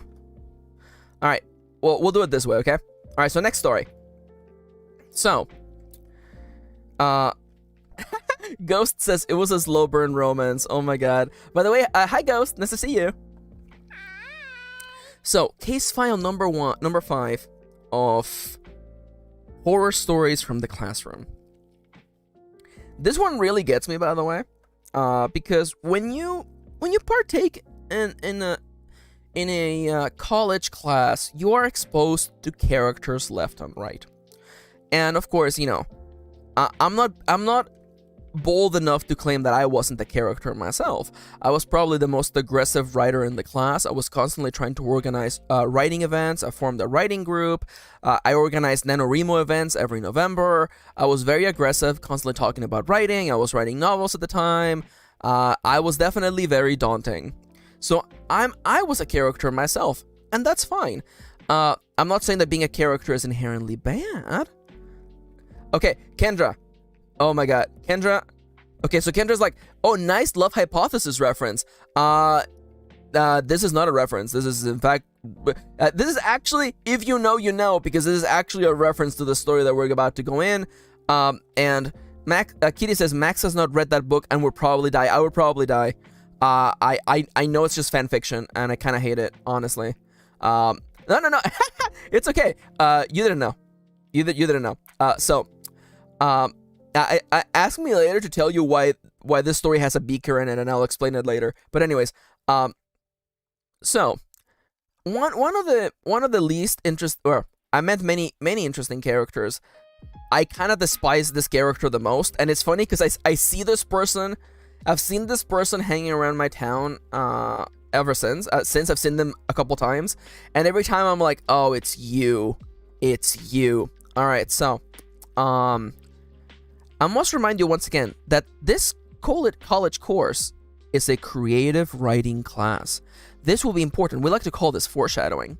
So everyone submits 10 pages of writing every single week to their small little group, and then the people take them home, they read them, and then you get together in your group of 3 to 5 people, and you do feedback. And, you know, I try my best to give the best feedback possible. I really sit down, you know, and I pull out my markers and I write down notes on the margins, and I try to be as helpful as possible because I want people to get better at writing and keep having fun doing so. This person submitted 10 pages of writing, and right away I noticed a strange inconsistency in the writing. Seemingly random things kept happening in the book. In those 10 pages, the story kept moving around wildly, and random things kept happening. And I kept pointing out, and again, I wasn't just going to be like, why are there random things happening? Because I'm not a savage. I wasn't raised in a cave. I know how to frame things better than that. I wrote questions like, I don't feel like I understand the protagonist's motivations here. Why did they do this over any of the other options that were presented to them at the time? And imagine that most of my feedback for this is, why did this character do this? I don't feel like you established very well why this character would want to do this of all things. And why is this happening? Why are we here right now? And I was very lost during the entirety of these 10 pages. And again, 10 double-spaced pages is not a lot of writing. It's not a lot of writing. You could actually say that it's 5 pages single space. It's not a lot of writing. The double space is really just so that you can have more lines in the you can have more space for notes. It isn't a lot of writing, and I was lost the entirety of it. So when I sat down to give feedback to this person, I was not looking forward to it because I could sense that this was going to be one of those really hard sessions. So I prepared myself mentally, and I started asking the questions on my manuscript. On my 10 pages, and I'm like, so right here, in this scene, I was a little bit confused because I didn't realize why the protagonist would do this, considering everything that they had available to them. Like considering what you established in these last 2 pages, I don't know why they would just get up and abandon their husband. And the person said, the person got really quiet and didn't give me an answer, and then I was like, okay, so I moved on, and I'm like, and on this scene here, I wasn't sure, like, the motivations are not really established. Also, like, the jump in time felt really sudden as well. Like, I feel like we lost a little bit of the connection to the previous scene. It's really hard to be emotionally invested in something that happened, and then you skip forward 2 years, and it's about at this point where the person who is getting feedback reveals to me and to everyone on the table that this isn't fiction. This is their memoir.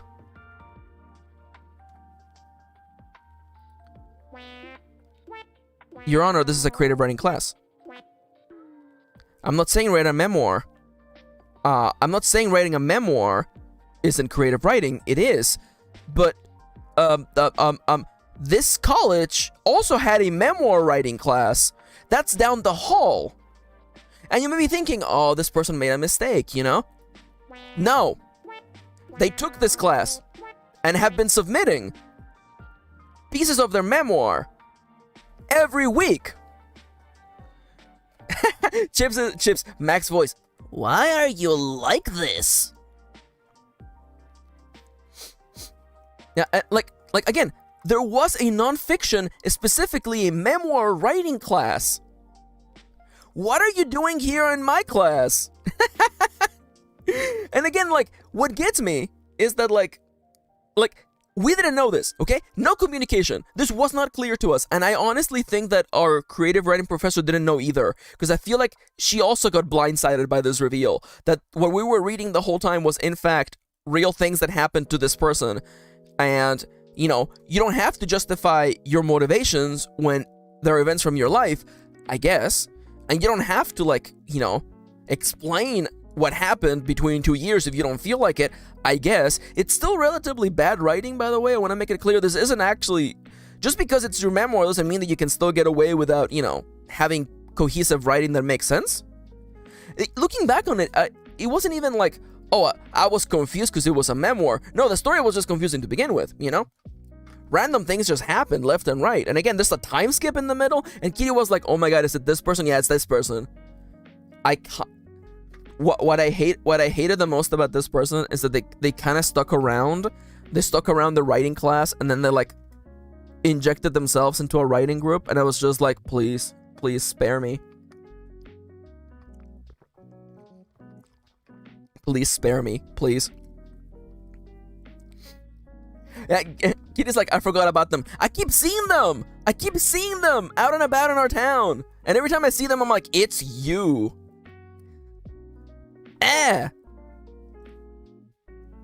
That person was also, I don't want to say sus, but let's just say that person gave a really, really bad vibe. Okay, no, I don't think they were mentally or physically well as well either. I definitely don't think so. But again, probably, you know, partaking in a class like this probably didn't help either. It's just the kind of thing where I'm like, why are you here? You first of all, memoir writing is down the hall, first and foremost, okay? And secondly, you know, you should probably go seek some help. You know, this isn't the same as like, you know, sir, this is a Denny's. Please submit your Fire Emblem fan fiction about, you know, trigger warning, you know, I don't even want to say it, but, you know, messed up stuff, you know, submit that somewhere else. But this one, I'm just kind of like, I'm like, why are you here? It just felt so jarring. And then, like, the worst part is that this person, you know, kind of, like, attached themselves to the group, and I'm just like, ugh. Yeah. So, Bianca says, this is the kind of thing that you would submit for a therapy lesson. For sure, absolutely, yeah. It almost feels like, was this like a therapeutic exercise? But anyways, hi May / Sodernia, so nice to see you.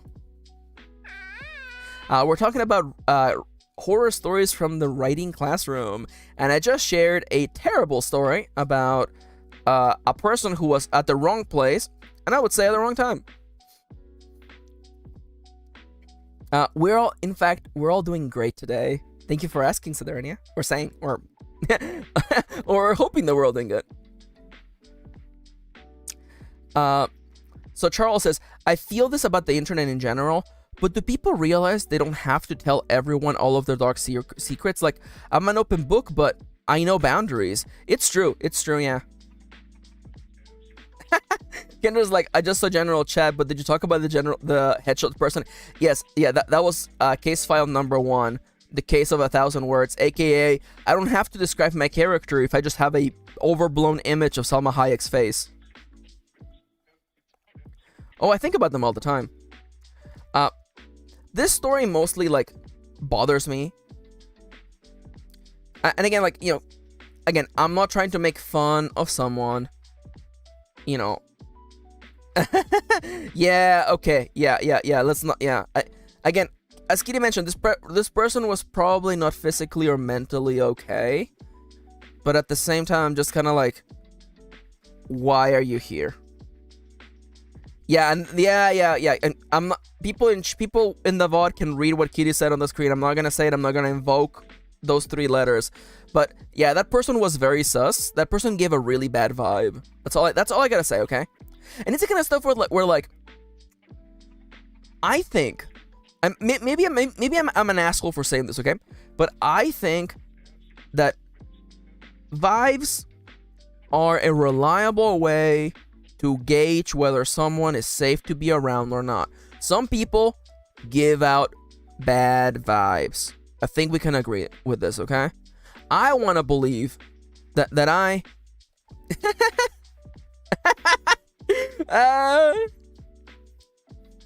oh my god. Yo, Chips and Toby, same brain. Yeah, no, MLM is multi-level marketing. Not men loving men. Men loving men, okay in here. Trans men loving trans men, absolutely welcome here. Trans men loving men, also appreciated here. The marketing stuff is what we don't appreciate. Kendra says, that is why I refer to my thesis as women loving women plays about multi-level marketing schemes. I love that. But I just want to say, this person gave me bad vibes. That's why, if anything, the reason why, this is the reason why, like, when, like, you know, some people say that, like, you are the combination of every person that you have met in your life, right? Everyone that you come in contact with influences you in one way or another. And I kind of believe that. You know, we human beings, we were originally small familial groups. You know, we used to hang out with maximum 15 people. And all of these people, you know, affected our personalities. And I like to think of that as like, I have learned from all of these people, and I am shaped in the way that I am. I am the max shape that I am today because of all the people that I've met and all these nightmare stories of lack of communication, absolutely like lack of any shame. And like, this person's bad vibes is half the reason why I try to carry myself in the most honest, sincere, earnest way that I can. I don't want to give out bad vibes whatsoever, you know?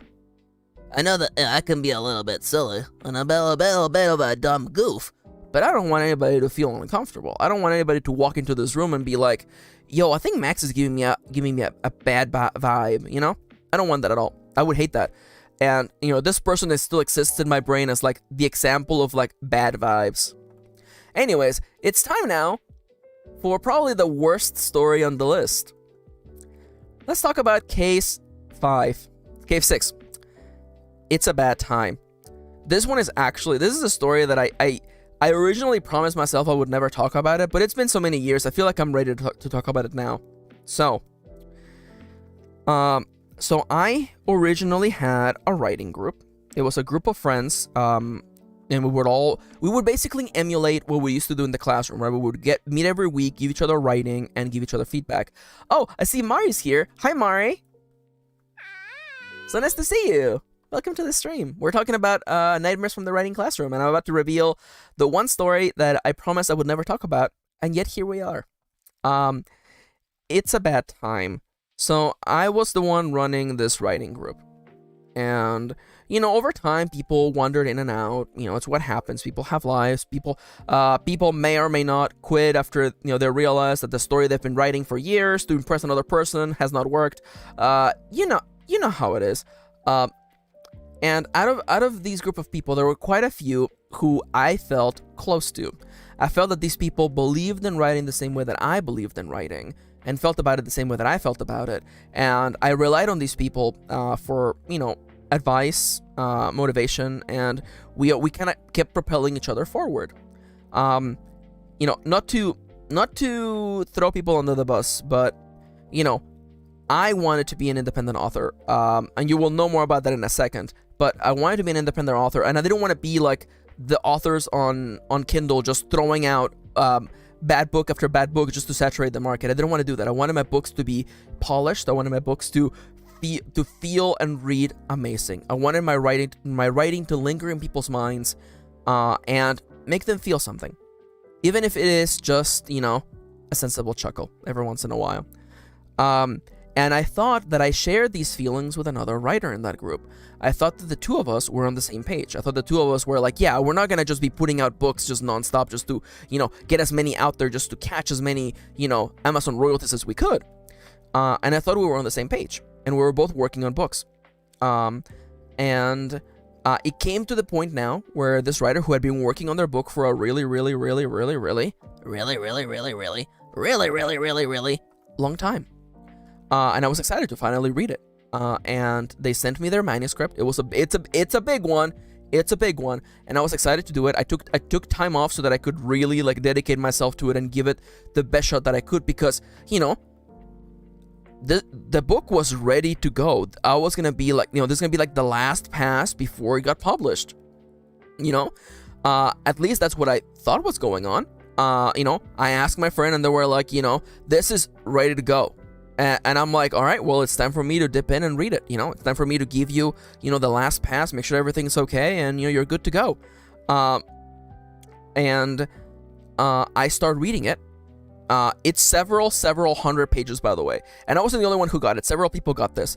And I start reading it. And it's bad. It's bad, real bad. It's bad. It's bad in a way that felt unreal to me.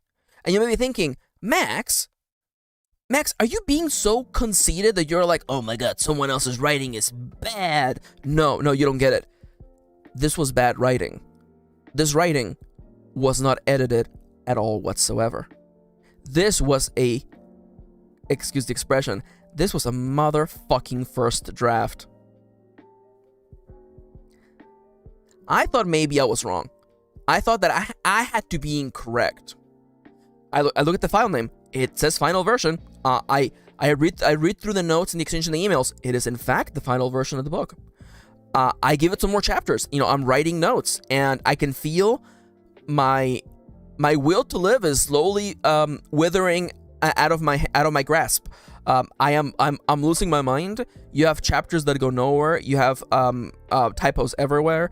You have kind of scenes devoid of any kind of dialogue tags. We're talking about non-stop pages of multiple characters talking in the same scene. You have like 4 people talking and there's no dialogue tags. Good luck figuring out who the hell is talking. Now, Bianca asks, was the story good at least? I can't answer that question because it's hard for me to be like, Max, underneath these several layers of bedrock, is the diamond underneath worth it? I can't tell you because I didn't get to just experience the diamond. I got to literally I was asked to dig down to find the diamond, which I must tell you, it's a little bit harrowing because usually you hand out the diamond to people and they tell you, is this diamond, and you ask them, is this diamond good? You don't hand them a helmet and mining gear. Oh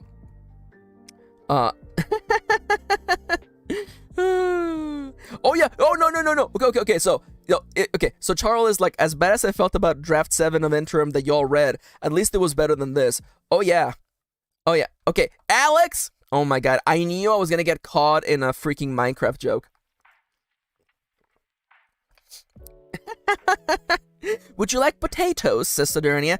Yes, please. Here's the freshly fertilized garden where you may find a potato.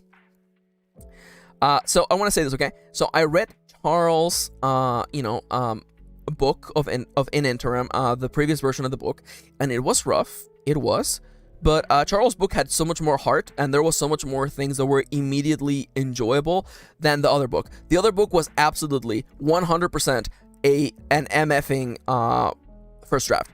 That was a first draft. There were inconsistencies in the writing, the type of inconsistencies that any kind of writer actually spending time would have caught, you know? The worst one, I mean, it's not the worst offense, but like the scene that like it still clings to me. This moment in the book still clings to me, okay? You have like, it's like, I'm gonna say 130 pages into the book, and the antagonist finally shows up. Bad sign.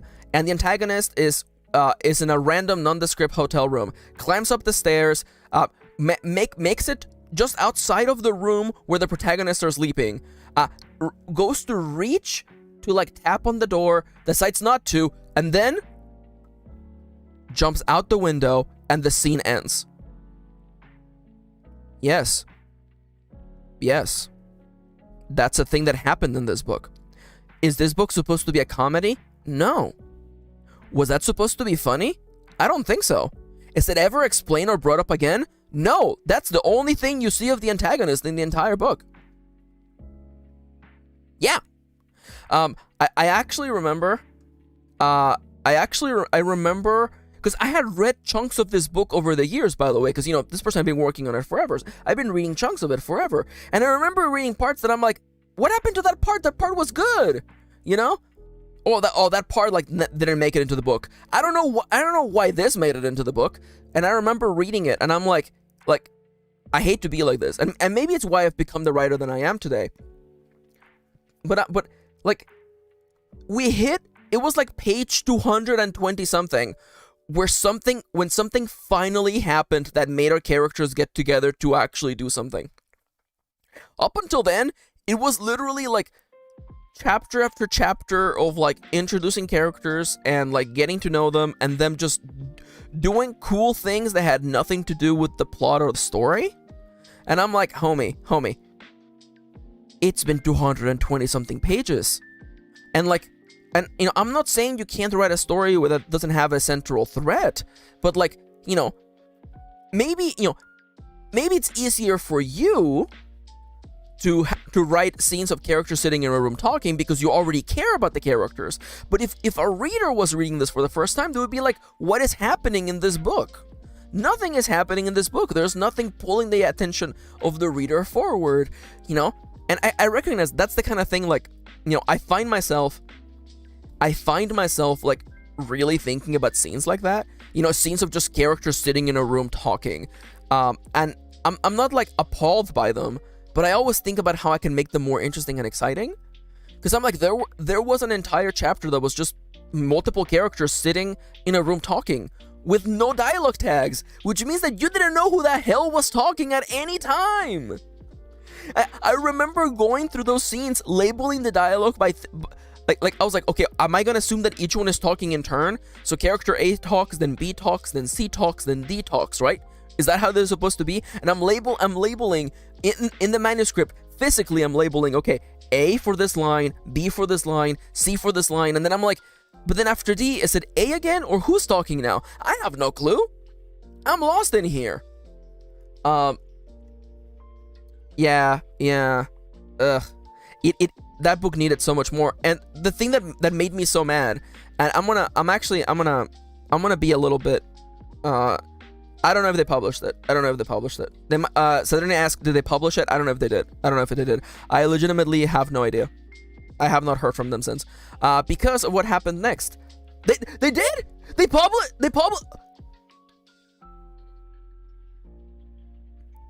Alright.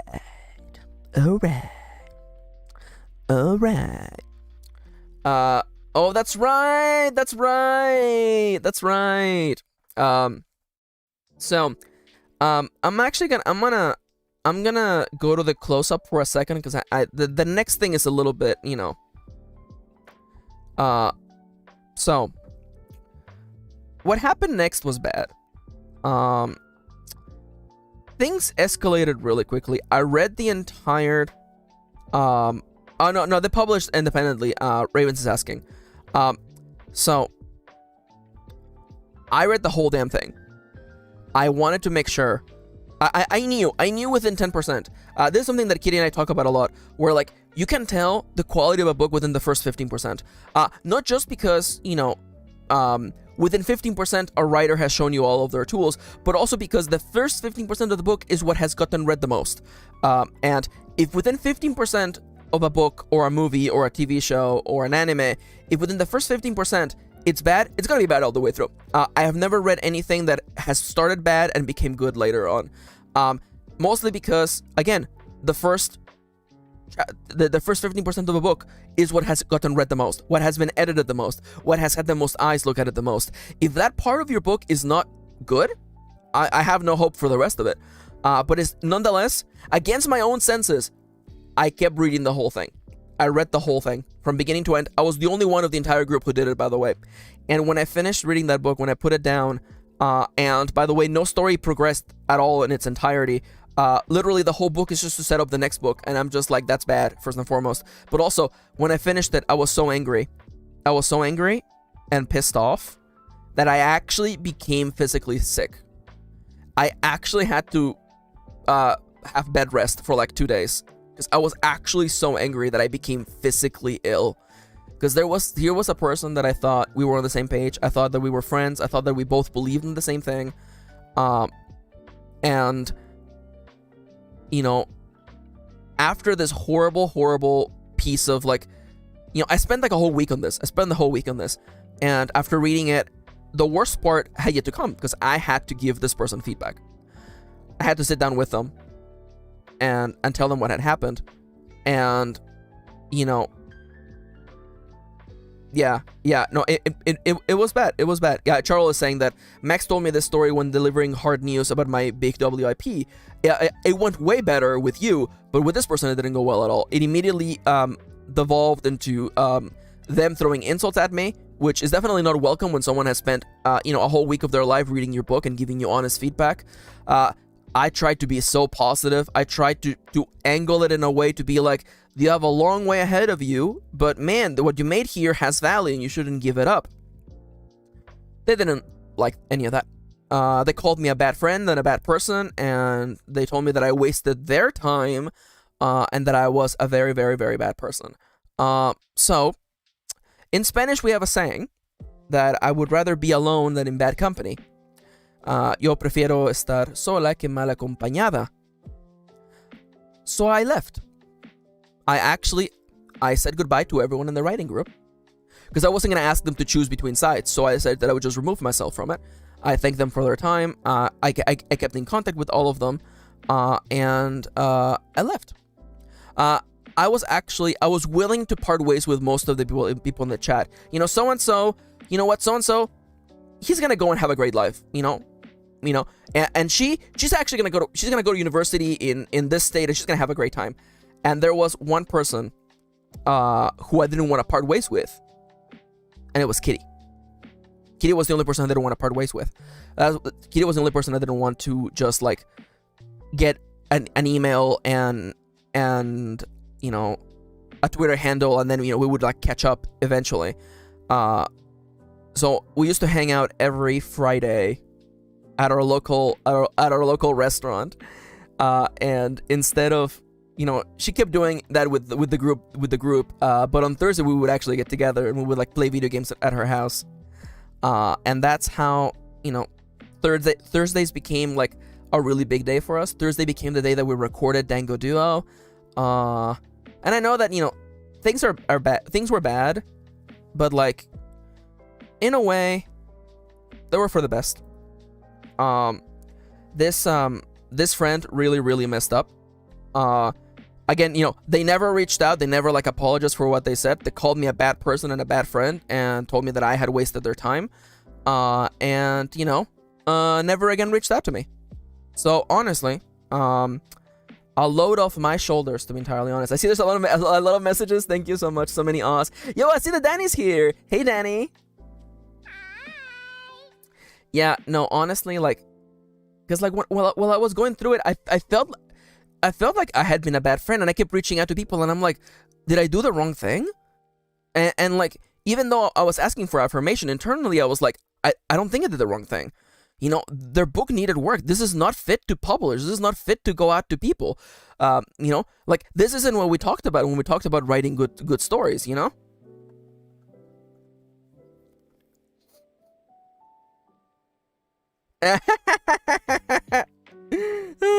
Yeah.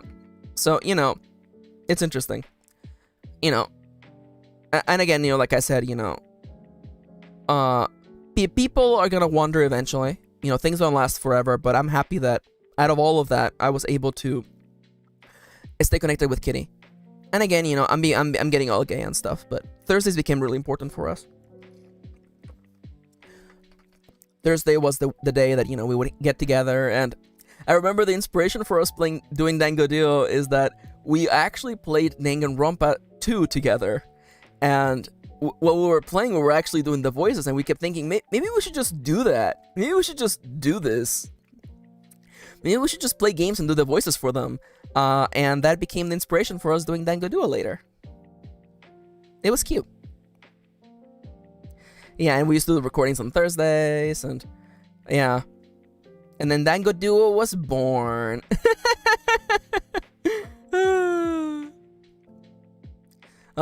Thank you, thank you, Bianca. Thank you, everyone who, you know, left good comments. It was really hard. It was really hard because I didn't want to hurt their feelings, you know. But at the same time, like, it hurt me because we had, that person and I, we had spent so many times, like, talking, like, you know, we were like parked, you know, in their car, you know, the sunset in the horizon, you know, the sea slowly sinking into the ocean, and just talking about writing and how much we cared about writing. And we talked about how we weren't going to be the kind of writers who put out videos or put out books for no reason and just filled up the Kindle store with bad books just to make money quickly. And yet, you know, they hit me with first draft. It wasn't edited. I knew it wasn't edited. Like, there were the kind of mistakes that a person who had read their book would not have made. You know? Typos. Flow issues. You know, situations where you're like, why does nothing happen for the first 220 pages? You know? The antagonist doesn't do anything during the whole story. In fact, the first time you see him is jumps out a window. It's weird.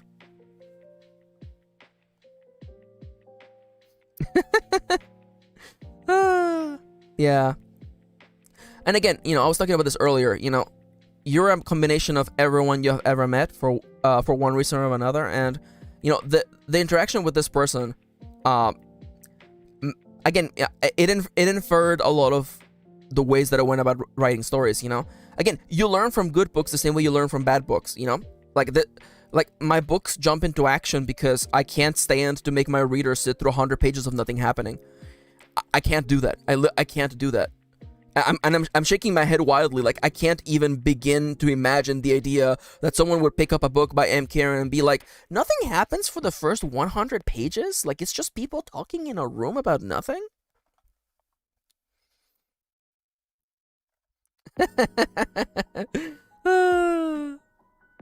Ghost said, it takes a lot to tell the truth, but it also takes a lot to take the truth too. To be honest, I think what you did was really brave as a person and a friend. Thank you. Yeah, and Raven said, I'm so sorry you got that kind of reaction from a friend. Yeah, you know, it was bad. It was bad. But, you know, at the end of the day, you know, I feel more comfortable talking about it now. If you had asked me to tell you this story like 5 years ago, I would not have told you. Because again, like, I don't want to talk about like medical details because, you know, this is really not the place for that. But like, I actually got sick. I got so angry that this person had betrayed my trust and what I assumed was like the bond that we shared, that I actually got physically ill. I didn't end up in the hospital, thankfully, but I needed bed rest for like several days to actually be able to feel human again. It was bad. It was bad. Like I don't want to make you think that I'm being like dramatic or flowery. I actually developed a physical condition because of how angry I was, and I needed rest and medicine because of it. It was so bad. It was so bad.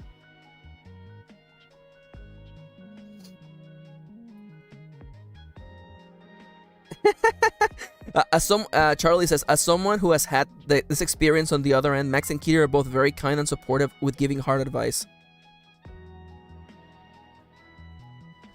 I didn't get to read your message, Danny, but I like what you said. It's nice. So we have gone, actually, you know what? This is actually a perfect time to talk about it. So the next time that I read someone's entire book like that was actually when Charles asked me to read draft 6. Let's say draft 6 of an interim of their novel, and I started reading it, and you know, it was Charles' first big book, and it definitely needed a lot of work. And I remember I started reading it and I started getting flashbacks. I started getting a lot of anxiety because I didn't want to go through that situation again. You know, Charles was a really close friend of mine by that point, and I didn't want that friendship to end because of this again. You know, like, I got really nervous, and you know, I tried to. I promised myself that I wouldn't sit through the whole book. You know, I read like a third of it, and I was like, Charles, here is the big big tips that I can give you regarding the book. You know, it definitely needs a lot of work, and so on and so on and so forth. But like that conversation was like probably like the second hardest conversation of my life, because I didn't want to ruin a friendship. I didn't want to like crush Charles' heart. I didn't want, you know, I guess in a way I didn't want the same thing to happen again. Aw, Charles. Charles says, it is always hard to hear that your story needs work, but in my case, I knew it was true. I'm so thankful I have kind friends to break this news to me. Yeah, Danny says, I know it's so important to have someone tell you your work is not as good as it is. Yeah. And Charles says, and then last Saturday, we had a really fun session where we brainstormed my next novella. It's such good vibes. Honestly, like, you know, I guess in a way it's because I've had so many people give me bad advice and, you know, bring me so close to losing the desire to write that I aspire to not do that to other people. It was just so messed up. It was just so messed up, especially, again, after years and years of talking about how we were not gonna be like those other writers. You know, this person just hits me with a freaking first draft. It was so bad. Honestly, I know I hate to just be dramatic, but I'm just venting now. Just, it really broke my heart. It really did. I thought we were on the same page.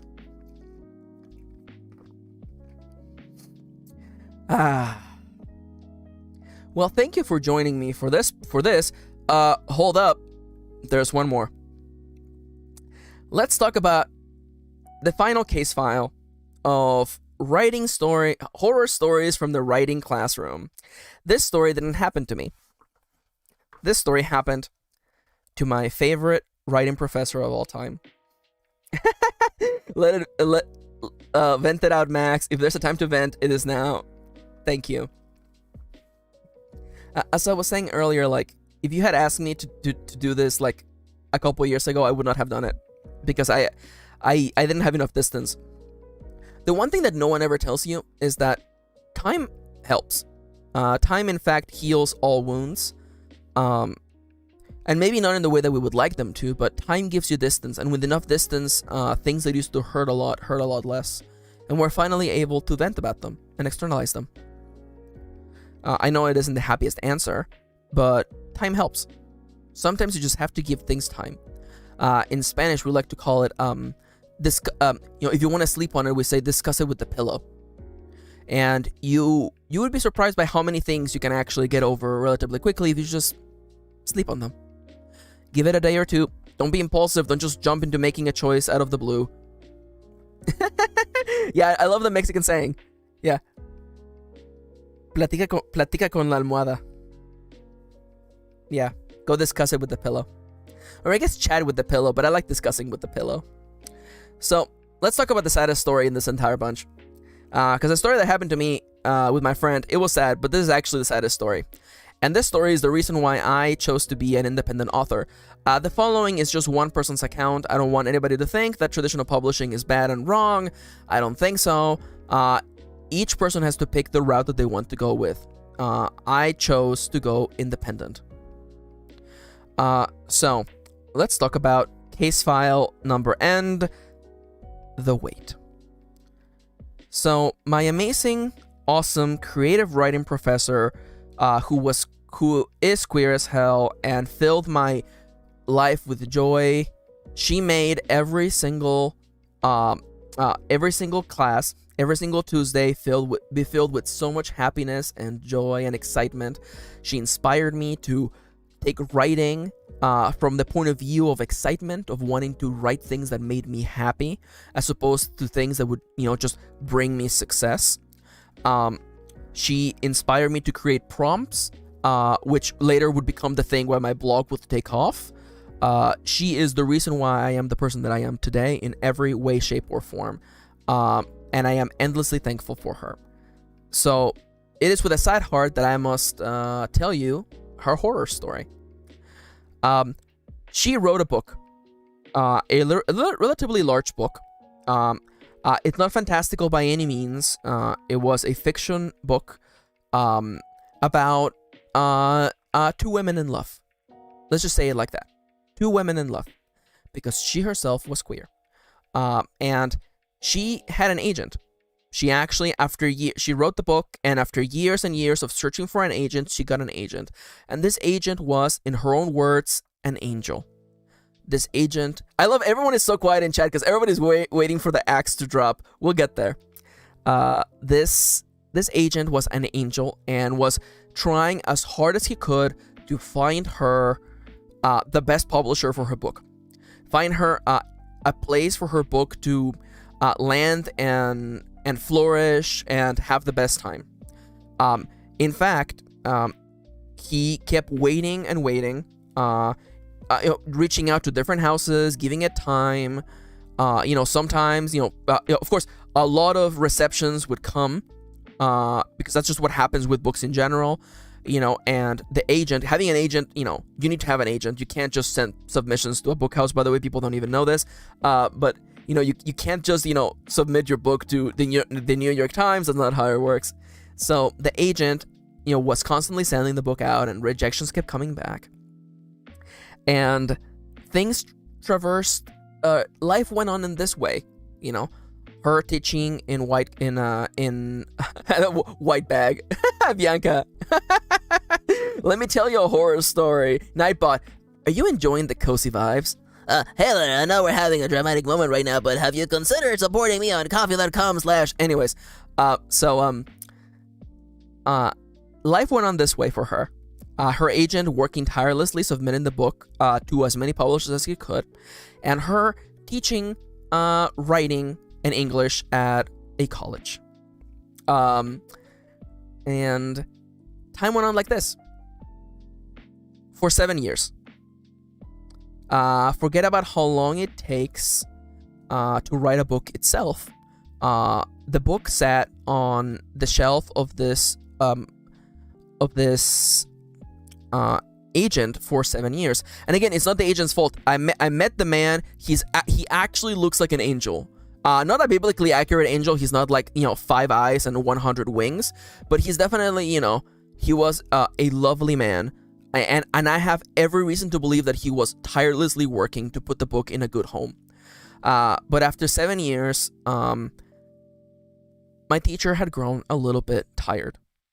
And who can blame her? 7 years is a long time. 7 years ago was 2015. Y'all remember 2015? Before the bad times?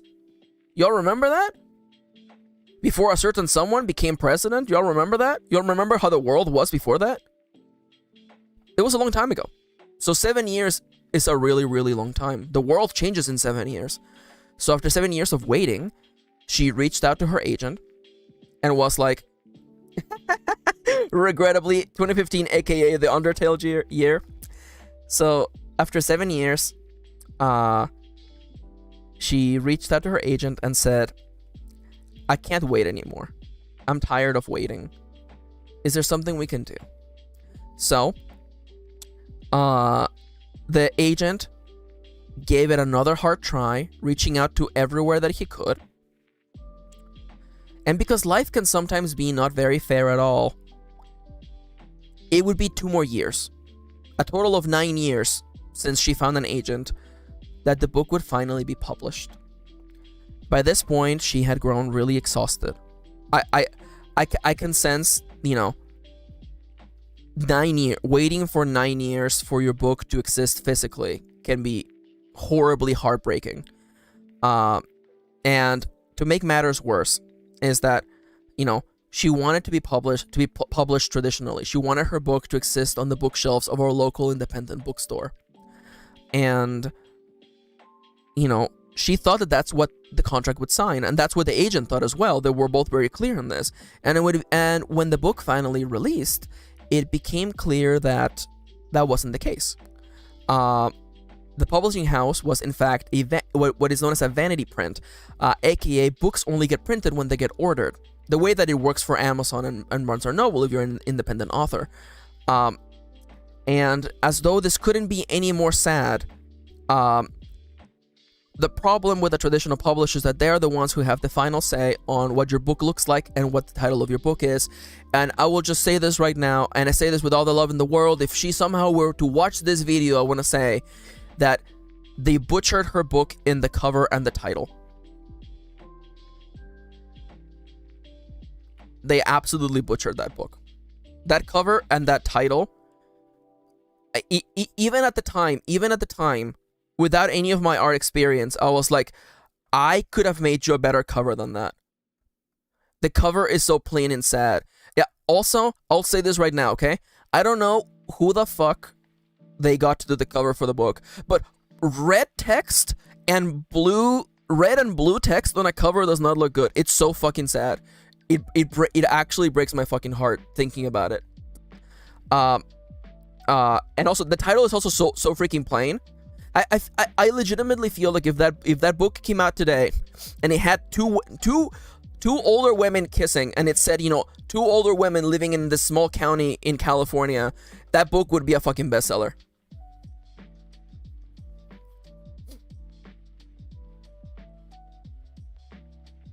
So if you're ever wondering why is it that I have chosen to be independent, it's in part because of this horror story. And also because I was there. I was there while she was going through the last stages. I knew her through those last 2+ years. And I went to our local indie bookstore when her book came out, and she did a reading of it. I was there. Most of her students were there that day.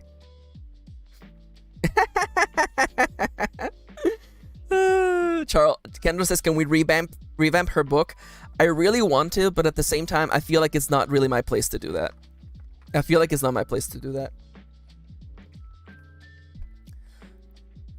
Now, I know that there's countless authors out there who have had great experiences with traditional publishing, and that's fine. And that's completely fine. There's absolutely nothing wrong with that. And maybe this was me realizing I was queer before I realized I was queer. But I knew that the stories that I wanted to tell would probably not find a home anywhere without sacrificing a part of their presence. And I wanted to have the room and the comfort to be able to tell the stories that I wanted with the queerness that I wanted, and to be presented in the way that I wanted them to. You know, I went to college for graphical design. Graphic design is in fact my passion. I figured that I knew enough. I learned as much as I could. I learned from the best, and I began my journey on my own. I think about her so much. I'm pretty sure she's not teaching anymore. I hope she's okay. And I keep wanting to like get all my books together and just like drop them at her front door or something. Yeah.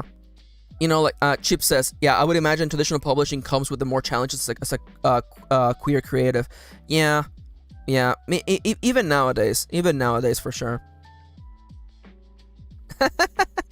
Yeah. No, don't be upset, Raven. This happened a long time ago.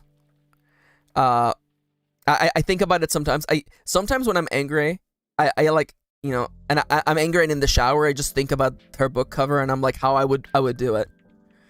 I know what I would do for that cover, and I know what I would probably do for the title. It's funny because she had a working title that was actually kind of funny, and it's a long title. It's kind of like it's like it would have been in the vein of like a light novel title, but honestly, like I feel like it might have been revolutionary.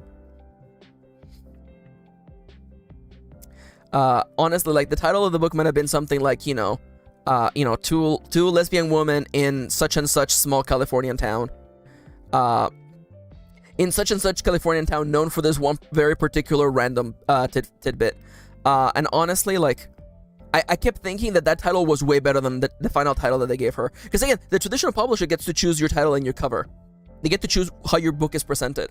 And I think that everyone in this chat can agree with me that there are books that you look at the cover and you look at the title and you read them and you go, what did that have to do with what I saw at the store? You know? There's one book right now. It's a relatively big book.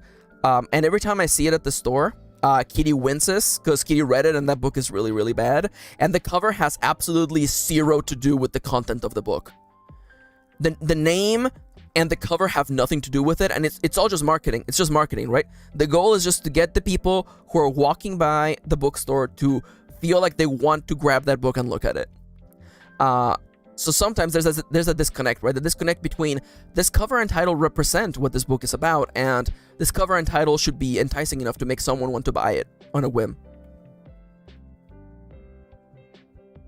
Kendra's like, name names, Max. Okay, you know what? I'm not gonna put it in chat because it's in bad fame. It's in bad faith. Because I don't want anybody who is a fan of bad fiction, anyone who likes bad books. I'm typing it into chat. I mean, Kitty knows which one it is. There you go. I send it into our private chat. I'm not gonna cancel myself by naming a big author, and listen, at least let me cancel myself by doing something fun, like, I don't know, like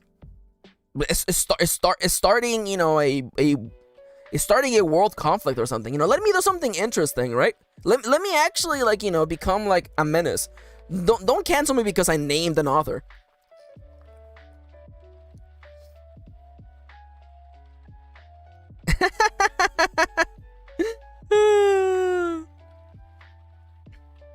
Yeah, okay, so Raven said this earlier and I really want to highlight it. So in regards to traditional publishing, it's like running a marathon with no endurance, and you finally get to the end only for the bed to be scorned, but forgive me, take two. It's like running a marathon with no endurance, and you finally get to the end only to be scorned by the host. Thank you.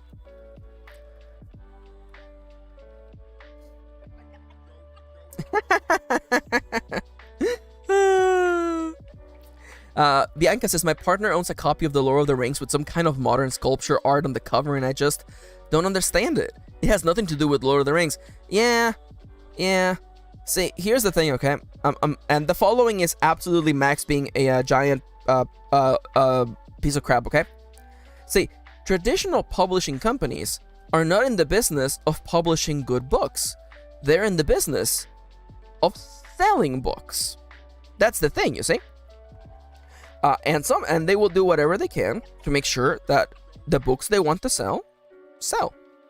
Even if that means, cherry picking books that will only, that appeal to the largest audience, aka not straight, or forgive me, straight, cis men, and, changing covers and requesting editorial changes to make sure that things fit within a particular parameter. Do you think I would be able to publish The Fabulous Gays in a traditional house? There isn't a single straight person in that book. There's multiple non-binary characters. There's conversations about being trans and stuff. You think I could publish that in a traditional publishing house? Like, I've read so many books by up-and-coming non-binary authors, and all of them feel so, like, tepid.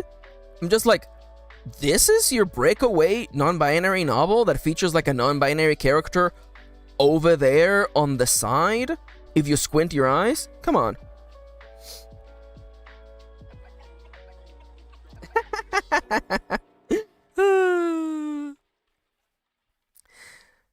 I do want to say, by the way, thank you for coming to my TED Talk.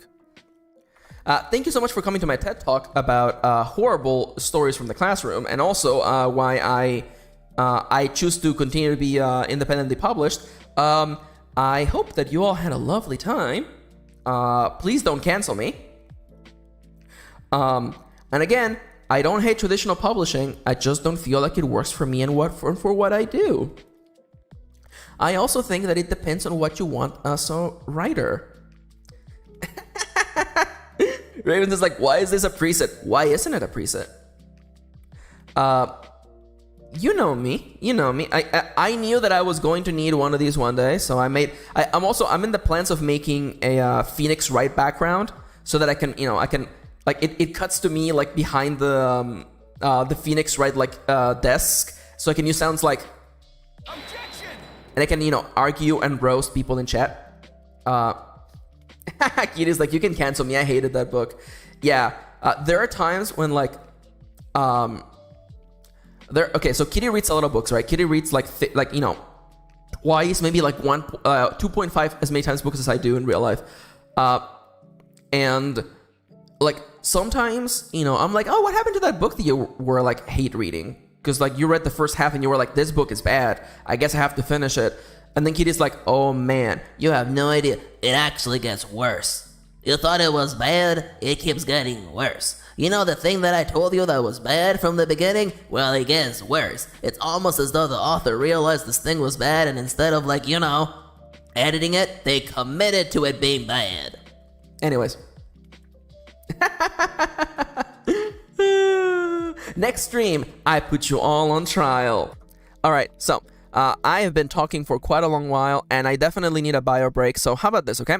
I'm gonna take us over here for a second. I'm gonna go on standby mode. I'm gonna just take a really, really quick bio break, and I'm gonna be right back, okay? Everybody remember, hydrate. Gremlin Max there looks so terrifying. I also love how short I look, by the way. I love how short I look. Anyway, I'm gonna be right back. Okay? It's literally gonna be 2 minutes, okay? I'll be right back. Whoops. I took off the standby face. This time for real. No, you hang up. No, you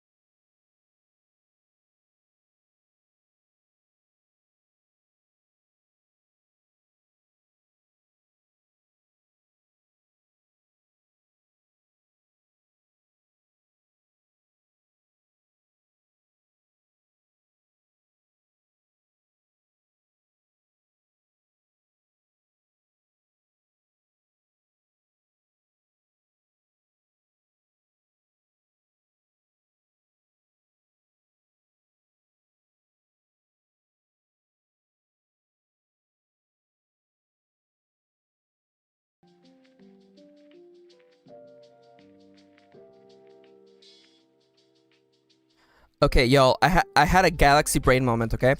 I think I remembered something about case number this one. Okay, so I told you that the person in this story was a really, really bad vibe, right? And I can tell you this in confidence. The reason why I chose the beaker is because I remember this. A part of me was like, a beaker has something to do with this, okay? Hell yeah. So the person in this story, I chose the beaker because the person in this story, they gave me a really bad vibe, right? And I had this feeling because they were writing this memoir, right? And it seems like they were in a really big hurry of writing this memoir.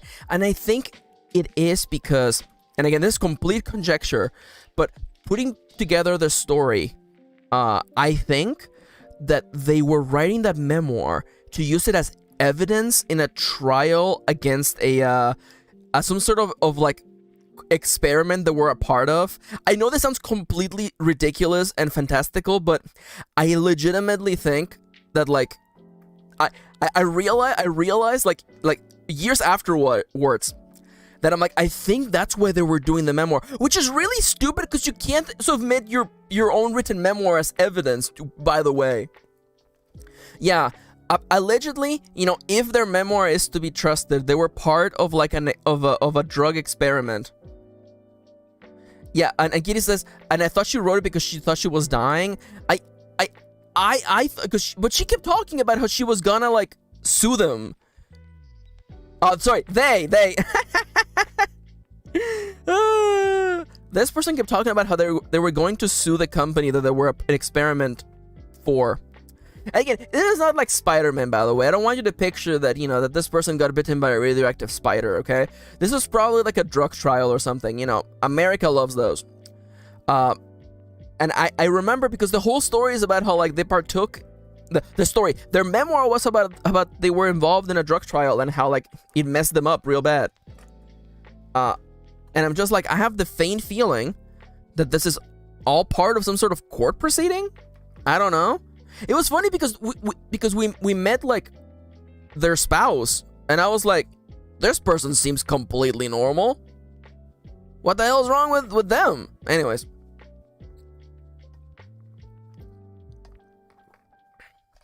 Oh yeah. So sorry to just like give you this doorknob confession, by the way.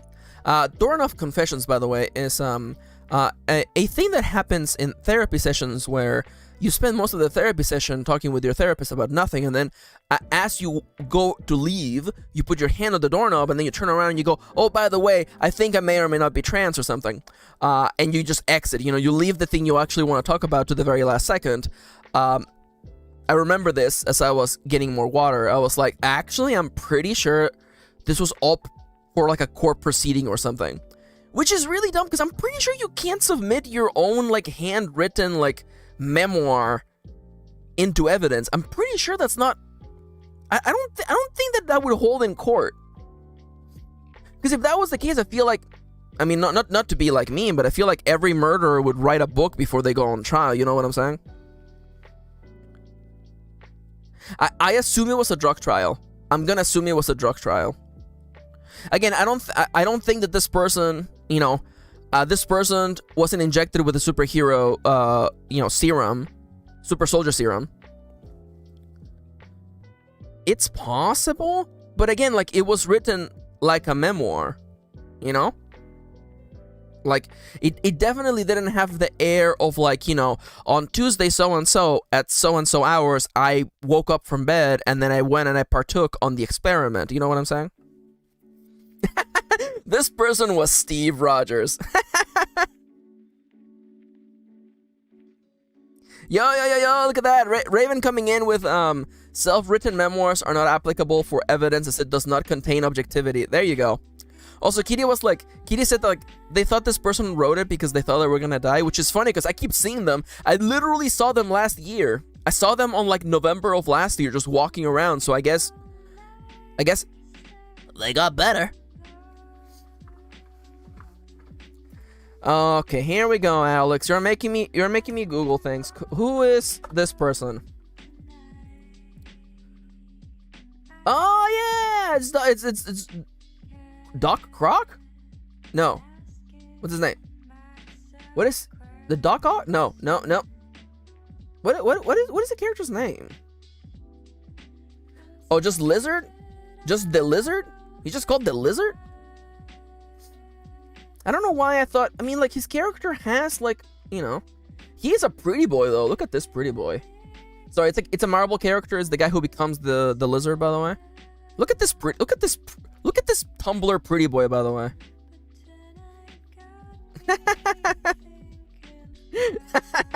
Note to the jury: Steve Rogers is used to refer to the defendant.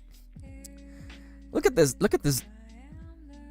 Okay, chat. Important question, okay? Chat. Is this man, is he baby girl?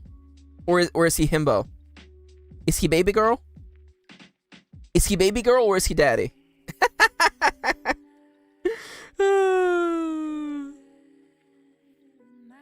Chip says baby girl, Kitty says baby girl, Kendra says baby girl. I guess with a mouth like this, I guess, yeah. What's baby girl, asks Alex.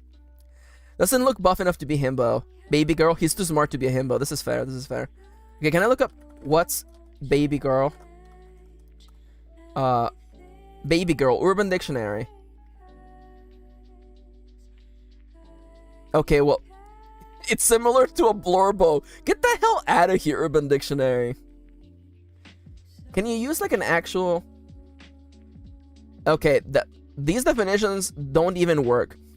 Honestly, I think baby girl is more of a vibe, you know? You know, like, would you call this character your baby girl?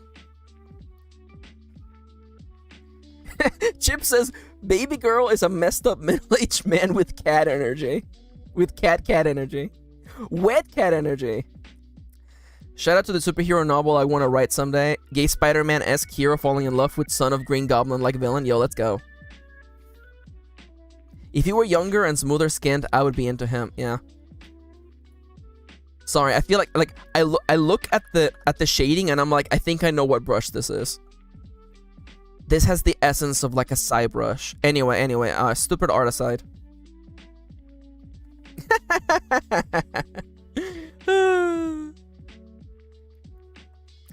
Sorry, these Urban Dictionary, like, the descriptions go stupidly hard. The first one is like, a fictional man who a Tumblr user likes a lot. Similar to Blorbo.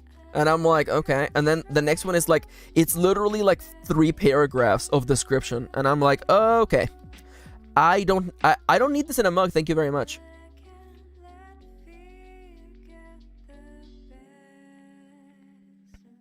He definitely has himbo energy, says Mari. Oh yeah, I see that too. I feel like the tie and cardigan like really like make him look less. Makes him look smarter.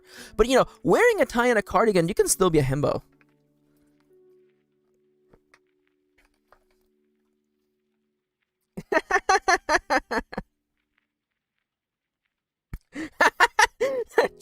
Chips is soul reading me. I'm not reading all that. Congratulations or sorry that happened. Haley is the name of someone who ruined my life. I am undone. Please purchase mug below. Yep. Alright, so did you all have fun today during today's presentation of classroom stories? I'm sorry they weren't all just fun and exciting. We had some actual heartbreak in there because that's how life is, baby.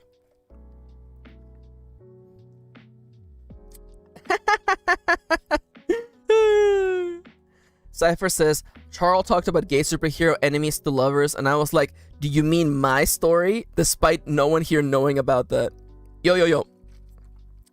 If anything, Chips has proven that we're all on the same wavelength. Or at least, on Chips' wavelength. So, you know. You should ask Chips, hey, Chips, are you writing a story about gay superheroes turned to lovers?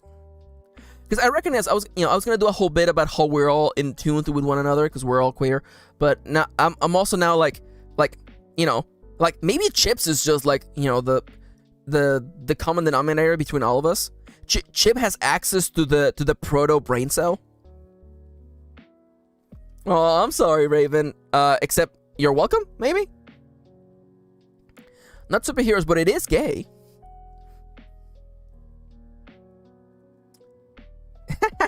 Johnny Bravo is the original himbo.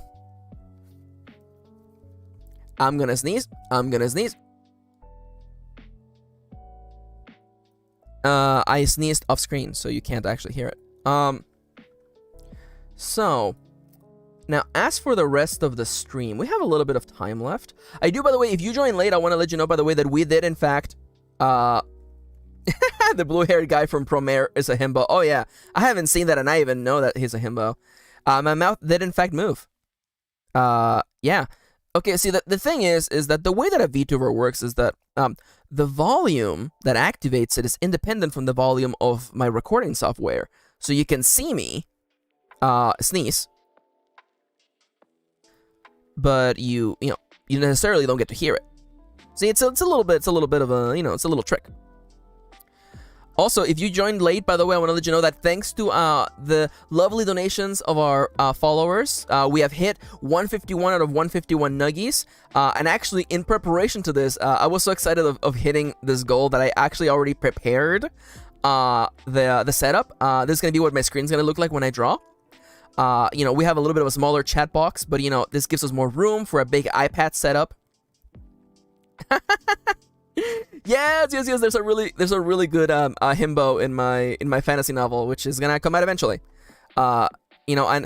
We actually do have to come up with the next goal, actually. So if people in chat want to help me come up with a new donation goal, I actually think that would be really fun.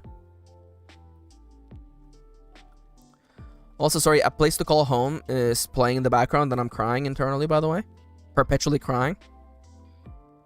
Also, so I do plan to redesign my character, by the way. This is going to happen eventually. But when we do, I want to have more like foreground elements like we have here with like the tablet. I want to do more stuff like this for sure. Anyways, let me just go back over here. So people in chat, donation goals. I am probably going to reset the counter. Draw my first OC at 200. Oh my god, who the hell is my first OC? Chip says, I didn't see the tablet earlier. Yeah, put a little tablet in there. It just felt right. Honestly, like, I hate to say that like this, but I'm kind of a bit of an extra bitch. I kinda just like to be a little bit extra. So I thought, well, if I'm gonna be drawing, I have to have a tablet in front of me. And yeah, I had to make Yanto a little bit smaller, but he's there. Or he's not. He just left. He knew I was talking about him and he decided to leave. Classic Yanto. Anyways, Nuggie goals, actually. Nuggie goals. And let me just put a bunch of nuggies in there, by the way. Can I please get... There you go. So, can I get some recommendations from chat? It's green, that's all Yanto. Alright, coming right up. Alright, there you go. This is actually the original slideshow that I created. And I just shrunk it. Chips is like, yes, it's all Yanto. He big. Also, can I just say, I feel so clever for the way that I set up the Yanto.exe, by the way. Because it's literally just a slideshow that randomly shuffles different animations, and I made some animations more prevalent than others. For instance, Yanto standing still is more common than Bongo. And then it just shuffles. Forever. I felt real clever about that. Yo, Charles says, I don't know if we would lock this behind a paywall, but I'm super down to be a guest on the stream. Oh, yeah. Okay, so I am going to be resetting the counter, though, because, I know, it just feels better to start from a lower number than, continuously aiming towards a higher and higher number. Yeah, I definitely want to do, like, streams with Charles, but I don't know if I want to lock that behind the paywall for sure. So my question is this, okay? I'm going to be redesigning my character soon. So, do we want to do, like, you guys design an outfit for me? At so many... you should open up the stream to people calling in to talk about their writing. Oh, that's fun. I kind of like that. I probably wouldn't have it be live. I would probably ask you to like maybe like record your voice or something, and then we would hear it like a radio show. So the ideas that I have, something all related to Smari for sure, Insert a table. Yeah, definitely. Like you fill out like a Google Doc, and then like we talk about your question.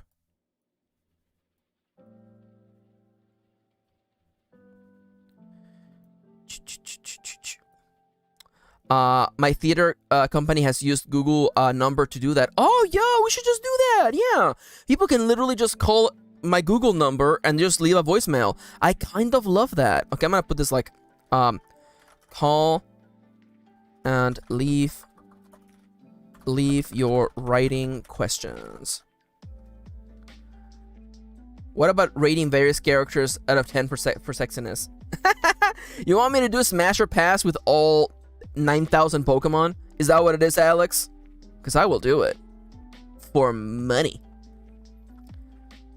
I also did a live wordplay. It was very cute, and I thought of you. Aww, that's cute. I love that. Art request streams does sound really fun, actually. Call and leave your writing questions. Well, LOL. Well, we did once do rate kitties, husbandos, and waifus. Did we? Yo, OC critiques. Oh, I do kind of like that, actually. It's just like leave your. But my issue is that like, would it? My only issue is that like it would require people to have art of their OCs, which definitely limits a lot of people. You know, and I'm like, what do I ask you to like describe your character to me in like a page? That seems like work. That seems like homework. Oh, Charles is like, I would love to sign up for OC critiques. Yeah, Ghost is like me with no art skills. Yeah.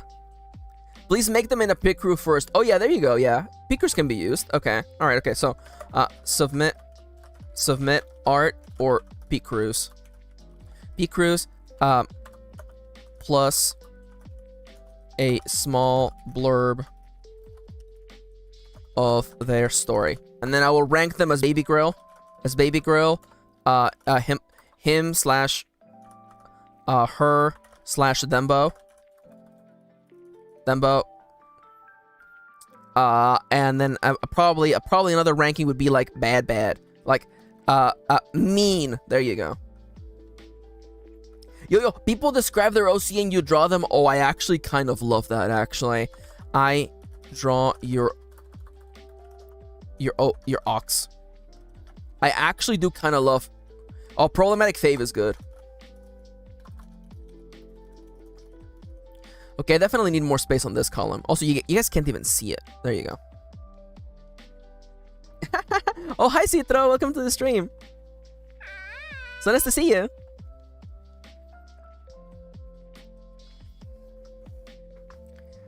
Kendra says, Charles is threatening me to do a pick crew because they're a kind person.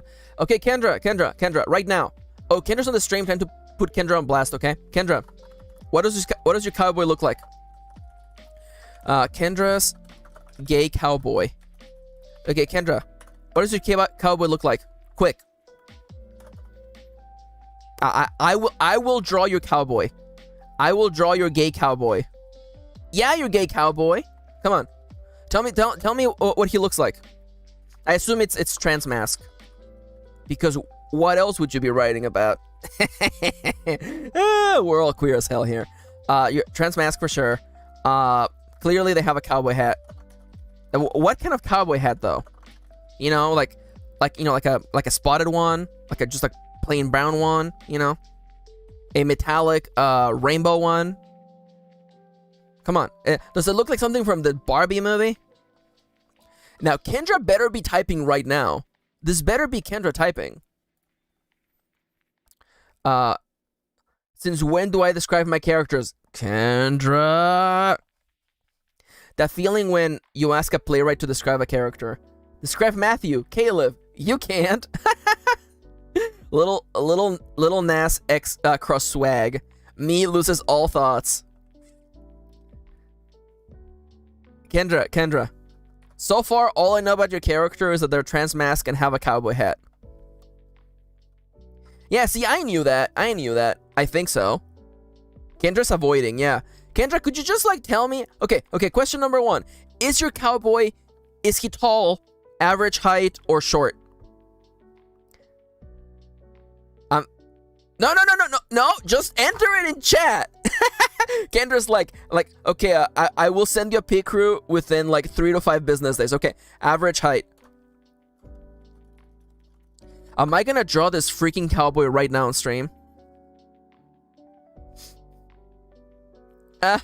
Writing games are fun, like rip it or ship it. Put your characters from a different story into a random generator, generate 2, and talk about how they would interact and get along if they met. Yo, I do actually like MKirin's OC gallery. I like that. I make like a whole gallery of all my OCs. Okay, Kendra, did this speak crew go on group chat, or is it like on the Discord? Am I gonna have to break my where would Kendra have posted it? Right in resources? No. Oh, actually, Bianca posted a peer crew. Thank you for that. There's no way Kendra posted it in general chat. We have a whole chat for just art. Oh my god, it was that overgrown picture of Salma Hayek. Okay, Kendra has not posted it. Kendra has lied. Kendra is lying to me. Y'all, I don't want to say we should cancel Kendra because they're, one of my best friends, but at the same time, I'm just sitting here like, It's on Twitter! It's on Twitter! I have to go to Twitter. I have to go to Twitter. Okay, I'm gonna go. Oh yeah. Listen. I love my friends. Okay. Kendra. Okay. I don't want to say that, you didn't have to send me a picture of Salma Hayek, but you could have described your character as a little bit scruffy looking. Okay, yeah, this is your gay cowboy. Perfect. Okay. I can definitely draw your gay cowboy. No, I would never cancel Kendra. I would never cancel Kendra. Kendra's my friend. You don't cancel your friends. You download their pic crew so you can make art of their characters later.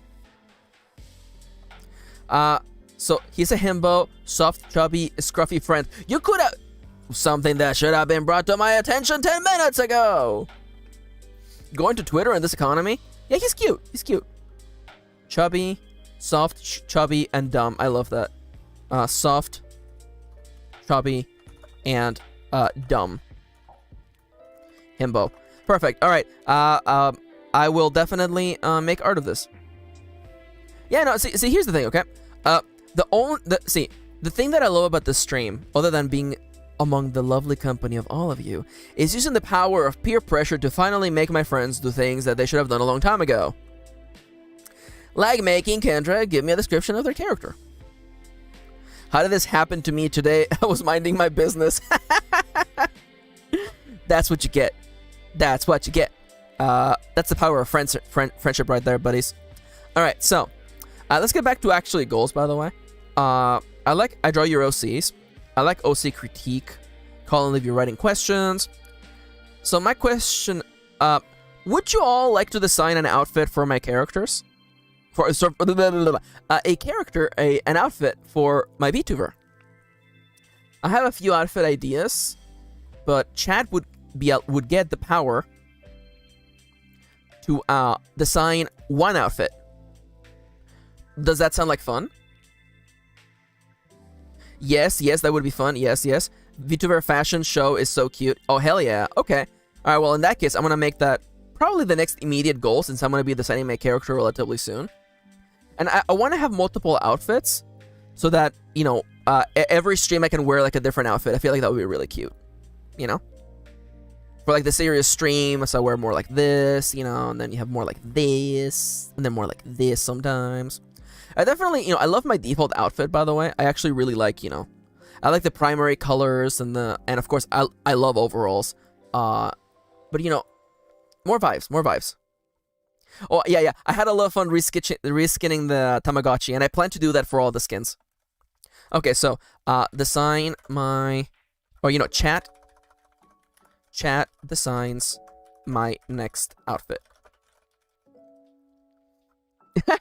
Citra says we smashed the Nuggie goal. We did. We made it. We made it. I'm gonna probably I don't know if this week or next week, but we're gonna start working on the Pokemon challenge for sure. No, Charles asked at Kendra. This might be a really hard question to ask, but I need to know. Does your cowboy have a name? Oh yeah. That was a little bit of Sephiroth's theme right there, by the way. Yeah, you can't just ask Kendra if their characters have names. Kendra is a bit of a notorious. It takes Kendra a long time to name characters. Kendra is like only because I stole it from my other unfinished WIP. It counts, yeah. It definitely counts. Citro says, oh man, OC names are either the easiest or the hardest part. It's true though. It's true. Cypher says, once we have official outfits, I am making the fashion animation meme for them. Yo, I love that. I love that.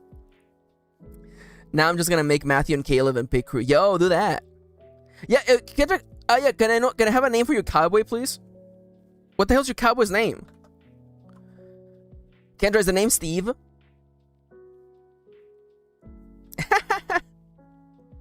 Yeah. Okay. So it's Calvin. Oh, that's such a himbo name.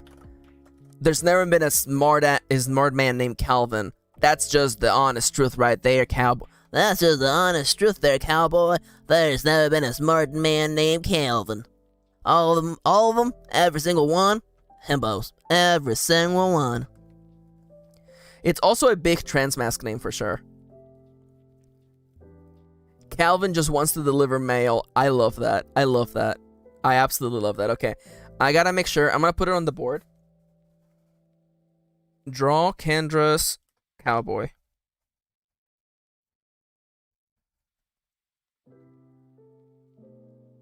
So I'm gonna be honest with you, okay? So Max, isn't it a little unfair that you're drawing art for your friends for free, but everyone has to achieve? We have to collaboratively get to like a goal before we draw OCs, and the answer is you're absolutely correct. That is unfair, and actually I like this more as an idea for a stream. I feel like that would actually be way more fun. So I might actually just do this without a goal actually, because this is actually just really fun. The Calvin lurking in chat. Aww. Wide-eye gremlin Max will haunt me. What's the matter? Yeah, so, you know, I actually have a total of 5 expressions, actually. I got this one, I got this one, I got this one, I have this one, and this one, but I actually only ever seem to use these 2. So when I get remade on the next version, I'm probably just gonna have, like, 2 expressions, really. That's just the way it works. Also, for some reason, whenever I trigger this expression, the Explore tab shows up on Google Docs. Watch. I don't know so what's up with that? Flexing your fellow trans mask by calling yourself Hobbs. Oh, Kendra says, smash this table. Time to make more crochet for Max. You need big ol' eyes to explore. This is true. Yeah, in fact, all gremlins actually develop big eyes in order to explore the gremlin underground. It was a survival mechanism of our kind. Just an aside, you do not owe anyone your art. Your art is a gift, and if someone feels entitled to it, they can sit in a corner. This is also very fair. So again, Saturnia, super on the money. You know, I will probably do. I draw your OCs, but let's be entirely honest. You know, I'll probably get through only like 5 OCs over the whole stream. So I will make that very clear. You know, I don't want people to be needy in the chat, just being like, it's like draw my OC. You know, because I know that we're gonna get like randos who are gonna be like when are they gonna draw my OC? And the answer is you gotta get in line, buddy. You gotta get in line. And I might actually submit like a Google Docs, like I might make like a Google Docs, like the Google form, so people can submit like, you know, their stuffs. You know what? I draw your OCs and it's only on the Discord only. There you go.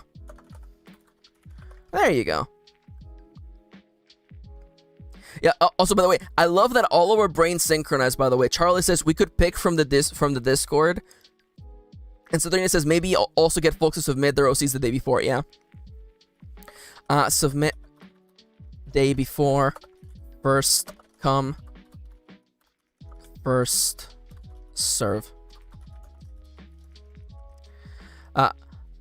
I know, make it so they have to join the Discord first. Yeah.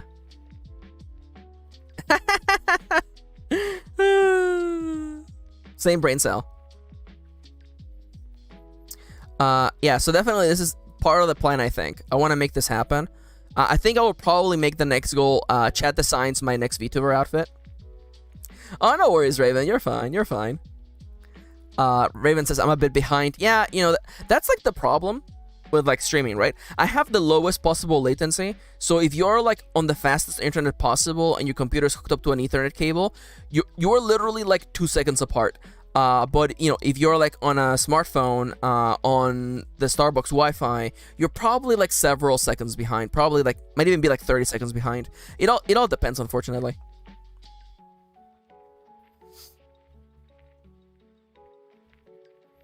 Yeah, and also like, you know, like typing too. Yeah. Streams are strange, but you know what? I've been having a lot of fun doing them.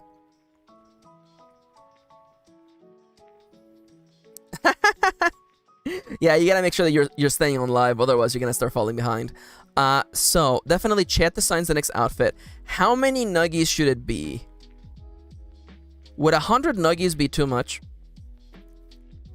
How many nuggies should it be until the next goal? I do gotta say, by the way, I have much like we on this channel, we always have two goals parallel, right? We have the nuggie goal, and then we actually have the coffee.com goal. So currently at this moment, I have the goal. So we completed our goal, by the way. Our previous goal was to unlock art streams, and we did that. And the current goal, let me just make sure that I'm not doxing anybody except myself. So the next goal, by the way, the next goal, Kirin and I have been talking about this forever, and I wanna level up my stream setup. So for the next goal, I want to get a stream deck, so that's what all of the donations on Coffee are going to go towards me purchasing a stream deck to make the streaming a lot easier. It would make tracking the expressions and the sounds and all that other stuff a lot easier on my end. So that's what all of the donations are going to go towards this. But you know, we have also the nuggies, you know, are going to go towards this as well. And Mario was saying 75. Now, just to be clear, because Cypher might be wondering, we are gonna reset the counter. I want to reset the counter. Max, you should make a cow them outfit for you, VTuber. Cow them. What's a cow them? Oh, like oh my god. I'm so dumb. Raven. That's a non-binary term for a cow person. Yes. Neutral cowboy. I love that. A cowpoke. I love that. I actually really do. Howdy. How y'all doing? And then for my gremlin version, I have like a little hat. I have like a little cowboy hat on my head. I like that. Alternatively, I can make the gremlin have like little like cow horns or something. Like I'm in a little cow outfit. That would be cute. I guess with the Pokemon goal taking a little, perhaps a higher goal is okay. So I want to reset the counter though. I want to reset the counter to 0. So I'm thinking, you know, I'll run some numbers by Kitty, because I'm thinking like between like 100 and 200. 100 would be fine. I feel like 100 nuggies for the next goal would be fine. OMG, a cow outfit gremlin, a cow outfit for the gremlin would be so cute. Hell yeah. Yeah, I feel like that would be really cute. Actually, Story of Seasons cow outfit. In the latest Story of Seasons games, you can actually get a cow outfit. Yeah. Okay. You know what? This is what my gremlin is gonna wear, okay? If we were to do the cow outfit, the gremlin would just wear this. So just picture me wearing one of those, huh? Wouldn't I be the cutest one in the whole world? Wouldn't I be absolutely adorable? Look at that. This can happen to the stream if you donate to the stream. Any nuggies going into the stream from this moment onwards are gonna go towards the next goal, which is gonna be unlocking a new design for my character. The iconic cow outfit. I love cowpoke, says Citro. I always heard that in the gruff cowboy voice. Hey there, cowpoke. Hey, cowpoke. I gotta really lower my voice for this one. Hey, cowpoke. No, not deep enough. Not deep enough. Anyways, let me actually. I gotta like edit this. I have to restart my PC for the new tablet driver to finish installing. By the time it restarts, it'll probably be over. So thank you for the stream, Max. Oh, no worries, Sodernia. Thank you so much for coming today. We love you lots. Thank you for coming. I hope you had a lovely stream today. Howdy, partner. I'm just a poor, lonely cow person. Hello there. Nicolas Cage cowboy. I think we're all on two pages. There's cow outfit, the animal, and cow person outfit. Neutral cowboy. Two different outfits. It's true. It's true. All right. So I'm actually gonna update the counter right now. Let me go over here. Chat designs. Next outfit. I'm gonna have to change the entire text, aren't I? No, it fits. Oh, thank God it fits. It fits.